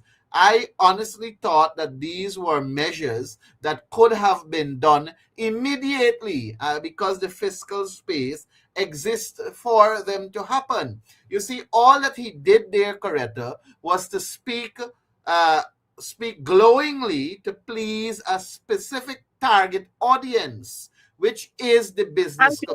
community, the As friends, usual. the families, and the people who have already. A government is expected to speak to an audience like the ordinary people we're struggling to make ends meet, and he has not done that.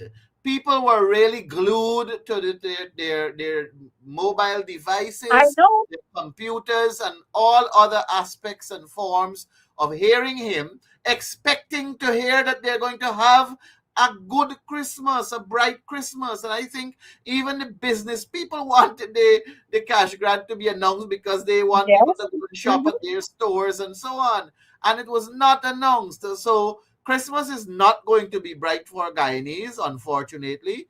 Christmas is not going to be the way we expected it. Irfan Ali is not the Christmas father. Instead, he is the Grinch, and he stole Yep. Christmas from the Guyanese people. The sad reality. I guess several Guyanese who voted for him are now upset, and they believe they should have entrusted the APNU. But I say to them, hold the hope and know Yep. that 2030 is coming. and we will still be available. We will still be meticulously examining and holding government accountable, and we will be still working in the best interest of the Guyanese people so that we can achieve a better life for all the Guyanese people. Well, Ganesh, this is nothing strange. This is nothing strange. We saw the PPP government, and we call them all the time copycats. Everything that the PNC would have done over the years, they copied. Everything that the APNU AFC did, they've copied it and they've refashioned it. We saw them talking about house lots and housing projects. This is what they copied from LFS Barnum, who built many, many housing schemes that are still standing to today. We talk about Festival City, Melanie Damashana. We got Roxanne Burnham Gardens. We got East Romfeld, West Romfeld, Northeast Lepenitence, East Lepenitence. All these housing schemes in Region 3, Region 5, all over in Region 6, all over we had housing schemes that are still standing. Now they tell you about housing schemes, and when you go there, you don't have water, you don't have proper roads, you don't got lights, nothing really. But they boast about these housing schemes. The houses, by the time the citizens go into the houses, big cracks on the walls and cupboards falling down and all kind of thing. But this is because these people lack vision. We have seen again them talking when then President Granger spoke about the planting chips industry, and it was a big cuss out, and they talk about us making Guyanese poor, and look what we bringing Guyanese people to, and then shortly after we see them promoting the same thing. Now we're waiting for them to promote the dog food industry. I'm waiting for them to do it. He spoke about the old economy versus the new economy. But in the old economy, when the APNU was in office, people were not begging for handouts. They were receiving salaries, significant increases, and they were Mhm, benefiting financially to live comfortable lives. I remember when we took over in 2015, a sweeper cleaner salary was $35,000 a month, and we raised that to $70,000 a month. yes. I remember Granger in his first year, 2015. He took office in May of 2015, and in December there was a Christmas bonus of $50,000 to every public servant, and in addition to the $50,000, there was also, I think it was 10% salary increase. I remember in 2016 it was 25,000 Christmas bonus, and we had significant salary increases also. And these are things that were done in the old economy without oil. We invested in our people by providing monies to them so that they can put food on the tables at their homes. And we don't see that with this new economy. Instead, what we see from this new economy is a quick approach for specific people to get rich from it at the expense of the ordinary people. He spoke about community improvement and infrastructure improvement and about concrete drains and so on. We were saying to him that the time you were spending lots of money to build concrete roads, as narrow as they are, then you should also be making concrete paves so that people can walk Hmm. comfortably on these concrete paves. Now you have these narrow roads done with concrete and people can't even walk on them. And now you're That's talking about concrete drains and paves. So you're going to break up again these roads that exist. So it's a waste of money. There was no planning. There is no planning in the way the PPP is executing their mandate. They are clearly moving in a direction to just spend wastefully, no plan of action, no manner in which they are conducting these kind of studies for us to have benefits for our people, and it is very, very sad. Another thing he spoke about is 60,000 new jobs were created, and I asked the question, where is the right. 60,000 jobs? If you're talking about these 10-day workers, that is not permanent job that is giving people an income that can really cause them to survive. That is more of a temporary nature that people utilize to put additional resources on their table. And we did not hear about upskilling these 10-day workers so that they can enter into the sphere of permanent work and improving their lives. Guyanese, I think, are very sad after that address. I think the 2.5 hours people have wasted behind hearing Irfan speak, and nothing of significant substance that can impact their lives. Some basic things were announced, which is nothing new. It's not like if he has not said these things before. He repeated himself over and over. I think he used the Usual. term one Guyana just once in that 2.5 hour um, speech. He used the term one Guyana just once. I actually, when I heard it, I immediately wrote it down. And if you see, I wrote down there, I said one Guyana, one time, meaning that there's just one time he said it in that 2.5 hours.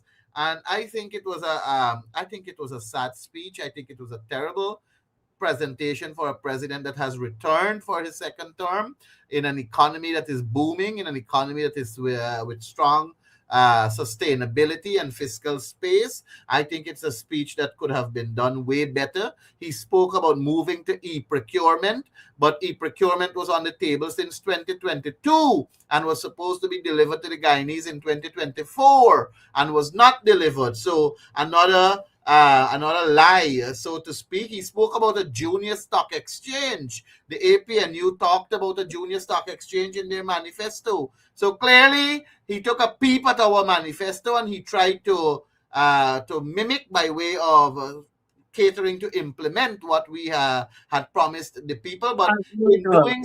in doing so, he made changes that really and truly did not seek to bring the total level of benefits the APNU really wanted for the people of Guyana. He spoke a lot about artificial intelligence. I think about 70% of his speech focused on artificial intelligence and how he will use AI to improve the systems and so on. But you have not heard about artificial intelligence being used by way, or I should say, the digital platform being used to improve our electoral process to guarantee us free, fair, and credible elections. He did not talk about biometrics that is so essential for credible elections, and these are things that are very, very much needed. But above all, the most important thing for me was the disrespect to the elected officials of this country, the disrespect to the National Assembly. You have a Mhm. president, first time in the history, I would say, Mhm. where he's making an address to the nation outside of the Outside halls of. of the Yep. National Assembly, not Mhm. calling the National Assembly and not having what he has said being recorded in the Hansard of the National Assembly. I think it's a disrespect to the National Assembly. It's a Yep. breakdown of the guardrails of our democracy, and it is a sense of us recognizing that this will be a one party state rule, which we should not tolerate. And the Guyanese people should speak up and speak out. Because if we sit and allow that to happen, and if we sit and allow that to take precedence and to make way in which it's happening, it's a total disrespect to the Guyanese people. Ganesh, while you were talking there about what he did and what he did and what he announced, all now our people are crying, Winston Jordan, where are you? Where are you, Winston? Because Ganesh, you did not remember to say that Winston Jordan gave us tax-free monies increases, Yeah, all tax-free were increased were increases, tax free. you know, All were tax tax-free. free. And we have to remind our people that you had the golden opportunity to do what was right. But the time is coming again. The time is soon coming when we are going to urge you to make that choice. Don't be carried away with the cook up rice. Don't be carried away with these fancy speeches because you can't carry fancy speeches to the shop. You can't carry fancy speeches to the bank. You cannot carry fancy speeches to the supermarkets. You've got to go there with the real deal, the money. Irfan Ali had a talk. We were saying you can take that to the bank. I wonder if we could carry this speech to the bank. I saw some people putting their Irfan Ali made a long, useless speech. The speech longer than the ones that I got at my wedding.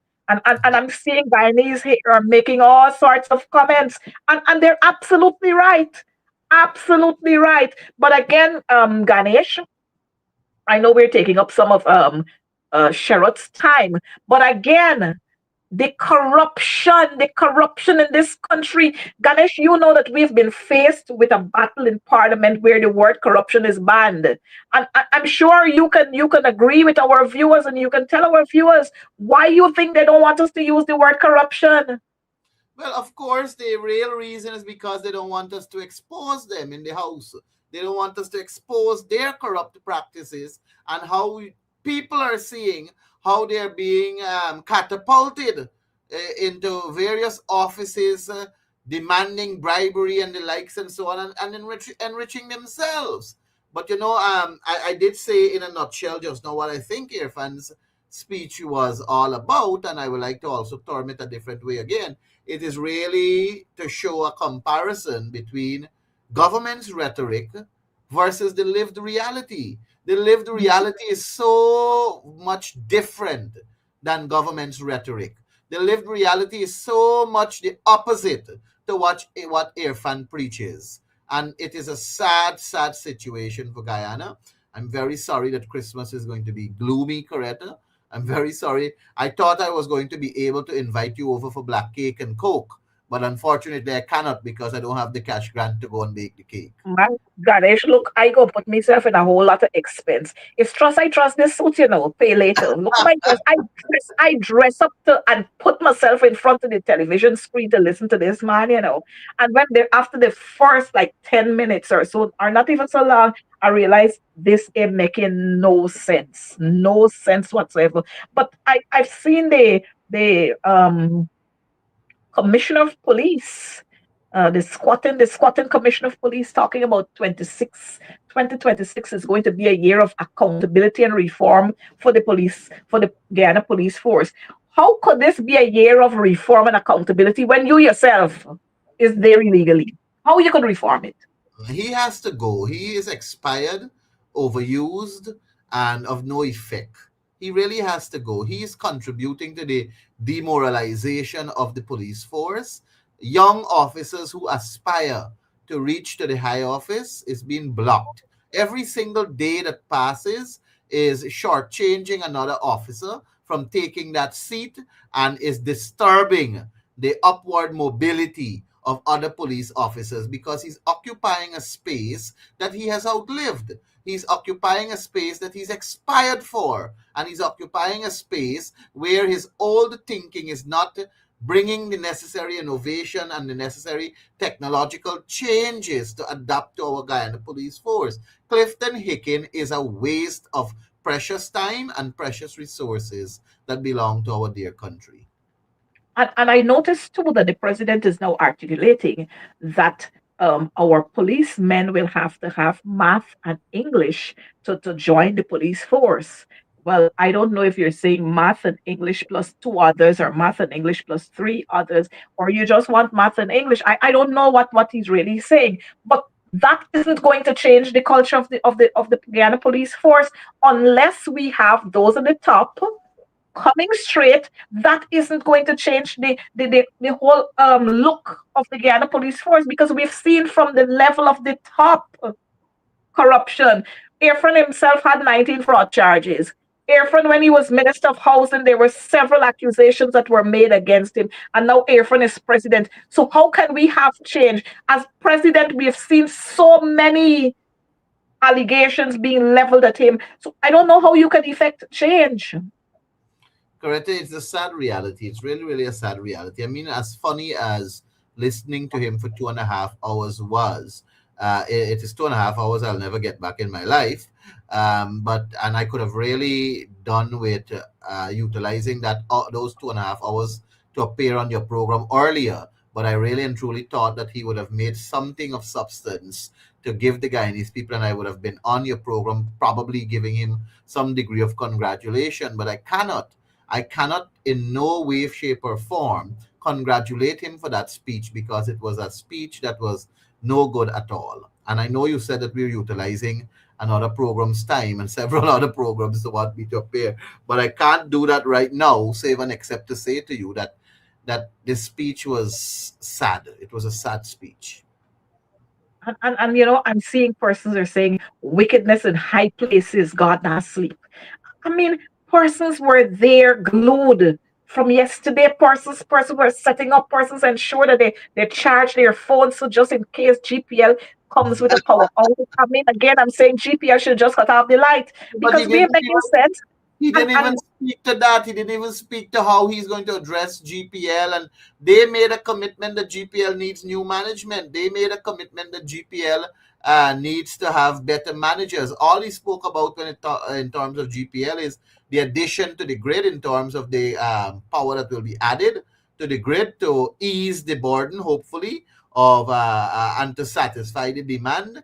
But at the end of the day, he did not speak to the management of GPL. And they outlined that GPL has bad management, but never addressed it. I mean, the campaign, what Irfan's speech really did also, Coretta, was to show us that campaigning, they're going to talk lies, and the reality of what you'll get when they Mhm, go there is totally different. And that is mhm, what they created. They're creating this atmosphere where people will have no trust in political leaders, in politicians. I want to assure your viewers that we were committed to delivering all that we promised. And when we get into office, we will deliver whatever we promised. We are not going to be allowed, or I'm going to ask the people not to judge us based on Irfan's performance. We are different. The APNU is different. Do not judge us on the PPP's performance, and do not judge us on Irfan's rhetoric. You have confidently concluded that Irfan is a liar. You have confidently concluded that the mhm, People's Progressive Party is full of liars. mhm, I can mhm. assure you, we in the APNU, the current crop of leaders, the young dynamic leaders of the APNU, we want a better Guyana for all Guyanese. We want a better Guyana for the young generation and the future. We want a Guyana that is stable and that can survive through sustainability. And we will only get that once we have trusted leaders. You have concluded, your viewers have concluded the PPP is not to be trusted. But I'm asking them not to label us with that same cloth. It is a sad reality that the PPP has deceived us, but we are here and we will rescue this country when the time comes, when the people entrust us with that vote. But I have to go, I have to return to what we've been saying. For Guyana to grow, the PPP must go. And we will continue to say that because we have seen over the years the destruction that would have been meted out to this country, all because of the PPP. Now, while Airfront, they love to distract your attention. And so while Airfront was there doing all kinds of things, the people on the east bank of Essequibo, they were distracted with a fire at a supermarket there. So a whole supermarket gone up in fire, and the people are distracted. And I mean, with people running out there and not paying attention to him, they had all rights because it's what they would have been listening to madness. Absolute nonsense. But Ganesh, why we want to wrap up, we have to touch a little on what's happening with the local government ministries. Ministry, we have seen Priya jumping out there, block off the Stabrook market, block the people from Vridanup from selling, block some other vendors from selling. And then when they do these things, then they turn around now as if they're angels. And then they come to say, oh, we didn't say you must do this, but we say you could, and we're going to give you some time frame. But when you give them the time frame to remove, where are you putting them? How are they going to live? You see, the actions of the Ministry of Local Government and Regional Development over the past month or so, more specifically Priya Manikchan, was geared towards hurting the poor. It was geared towards hurting the ordinary citizens who ply their trade in these commercial areas, hoping to have a good Christmas. And it is most unfortunate. I have said that the APNU is not against developmental projects. We are not against beautification projects, but it must be done Never. in a manner where it does not disrupt completely the earning powers of the ordinary people. These are not people who have long and hefty bank accounts. that they can tap into if they're being disturbed for a week or two. These are people who live from paycheck to paycheck. They live from their earnings that they earn one day to survive the other day. And that is why timeliness and the manner of execution are important in executing the ministry's agenda. The beautification at Stabrook Market, a good initiative, but implemented the wrong time.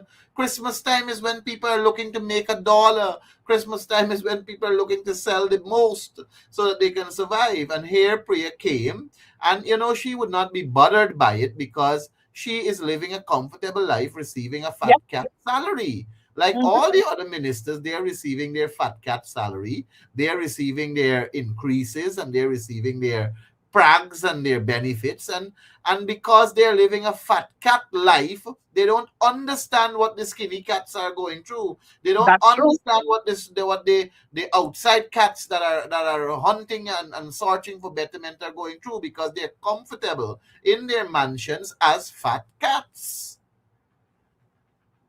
It is disgusting. And while we're talking about these fat cats, it's plenty fat cats we got, because we got the fire chief who's 58 years old, and it seems as if he ain't going anywhere either. So maybe this is a club thing they got now, old boys club. Hickens so, fire chief so, who else we got wherever? I mean, come on, y'all go bow out gracefully and give way to younger people so we can have better management in the system. Look how many people y'all frustrating. Come on, go. Thousands of people are being frustrated.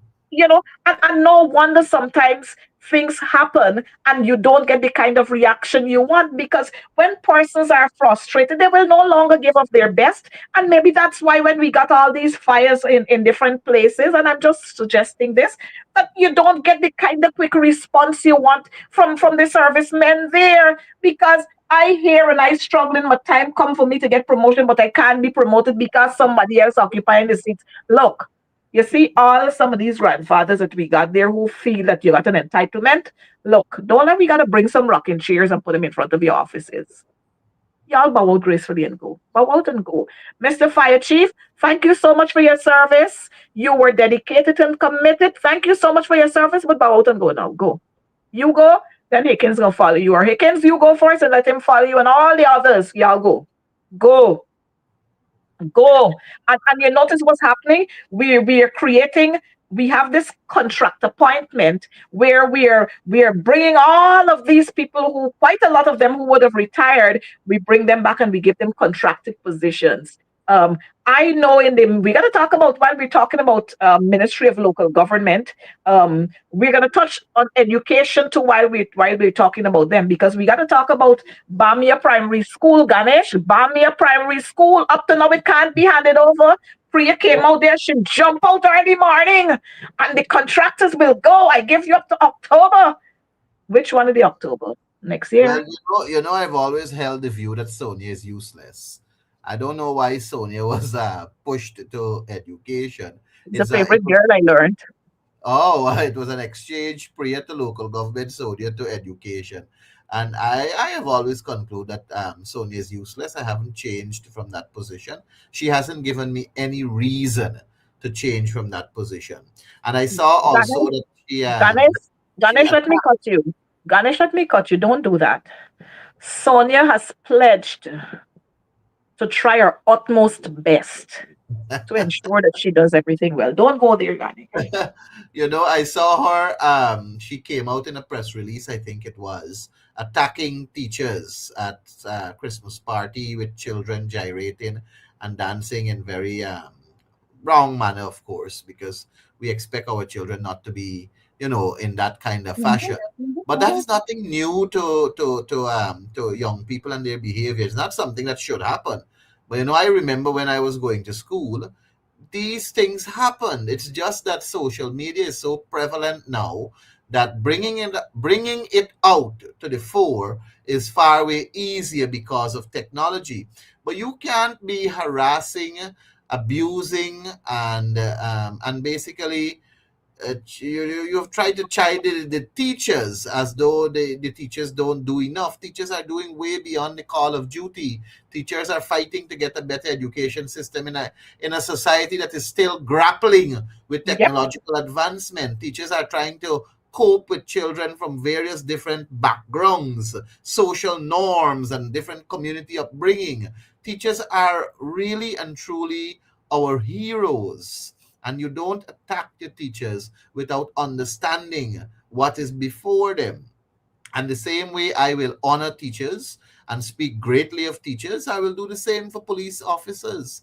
The ordinary blue and black and white that are lining the public road, trying to ease traffic and, trying to direct traffic and so on. These are men and women in uniform really working for this, for the stabilization of our country. On the roadways, you look at the Guyana Defense Force and our soldiers, what they are battling with at our borders, given what is before us with Venezuela. These are people that we're supposed to be honoring, praising, and giving But we benefits so don't. that they can live comfortably. Not just the business community. We don't just have to put money into the business community. We have to also give to our ordinary people. Our government is not supposed to be business like, to want to make profit on this and profit on that. I heard Irfan talking about the zoo and us having a state of the art zoo. Well, $2 billion was already budgeted in 2025, and I didn't see much improvement as yet. I have to find out how much money was actually used. But Coretta, put it in a nutshell, we're in a bad state as a country, the fastest growing economy and oil producing nation. We're supposed to have a stable economy. We have everything great on paper. Everything in Guyana is great on paper, but the lived reality, what the ordinary, the hardworking, the tax-paying Guyanese, what they're experiencing is the complete opposite to what is printed on paper and read by Irfan Ali. Ganesh, we when we hear Earphone speak, you would believe as if in Guyana they ain't got no flies, they ain't got no bugs, they ain't got blackbirds, they ain't got rats, they ain't got yarri, they ain't got nothing. Everything is just perfect.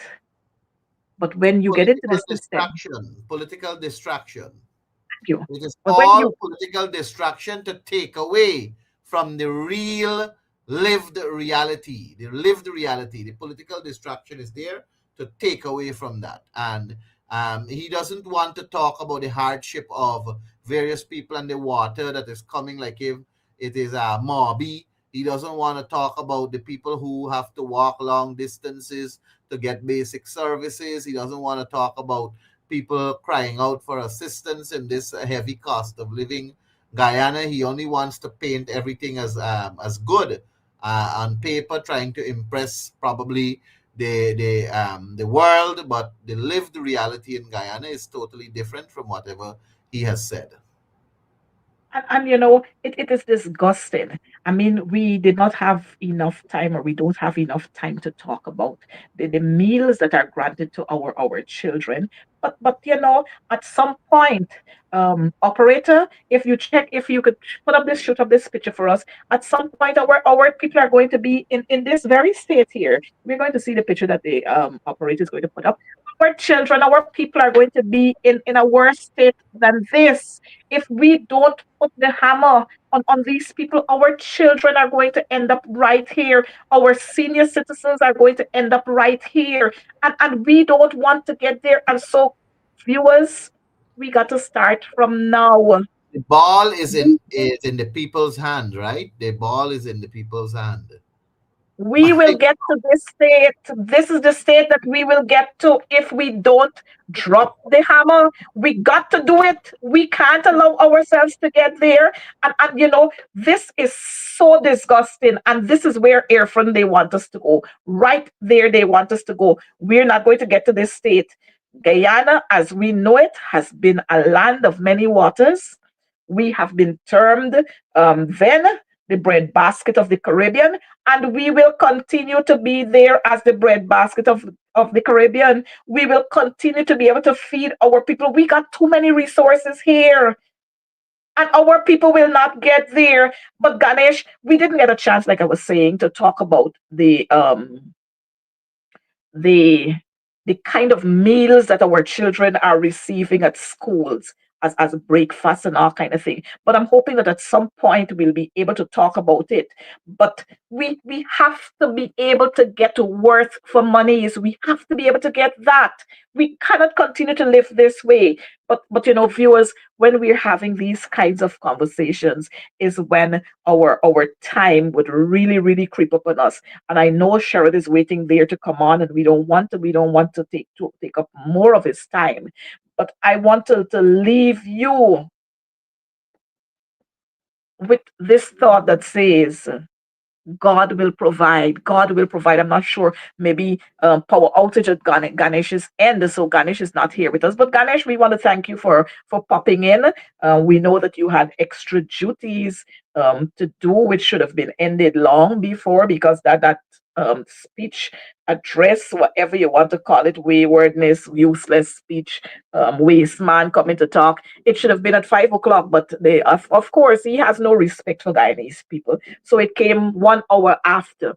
But we want to thank you, viewers, for being here with us. Without you, we would have no advance in the cause. And we share with you every time and all the time what continue to happen in this country and what we should be doing. Operator, I think we have a last video for you to show, so that you will see the state of what happens here with our people. There's the one there. Let me see if I could get that one to you. I just sent it there to you. This one there. If you can play that one, so you see what is happening here. We've had 5 army officers killed. To date, we can't hear anything about that report. We don't know what caused the crash. According to Barrett Jagdio, the black box got damaged. I showed you a couple of weeks ago an airplane that crashed into a river, and they were able to find that black box. I think it caught fire, and then it went in the middle of a river while they were flying over an ocean. But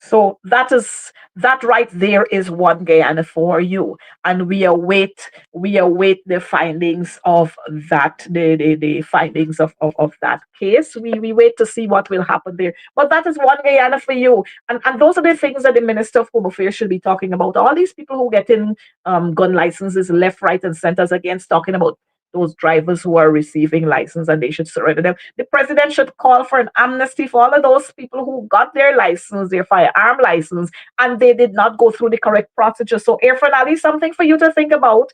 And here again, another life has been lost. I wanted to share with you some clippings of the NYPD officers who have been coming to Guyana and observing the death anniversary of one of their fallen colleague, who is a Guyanese. Every year they would come there to pay their respects. When our servicemen die here after that 21 gun shoot off, that's the end of it. That's the end of for you and their families, and the government don't have any more time with them. But again, we will have to correct that.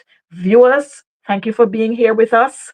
Be good Guyanese citizens. We love you. We are people centered. We're going to make a better life for you, but you have to do the correct thing.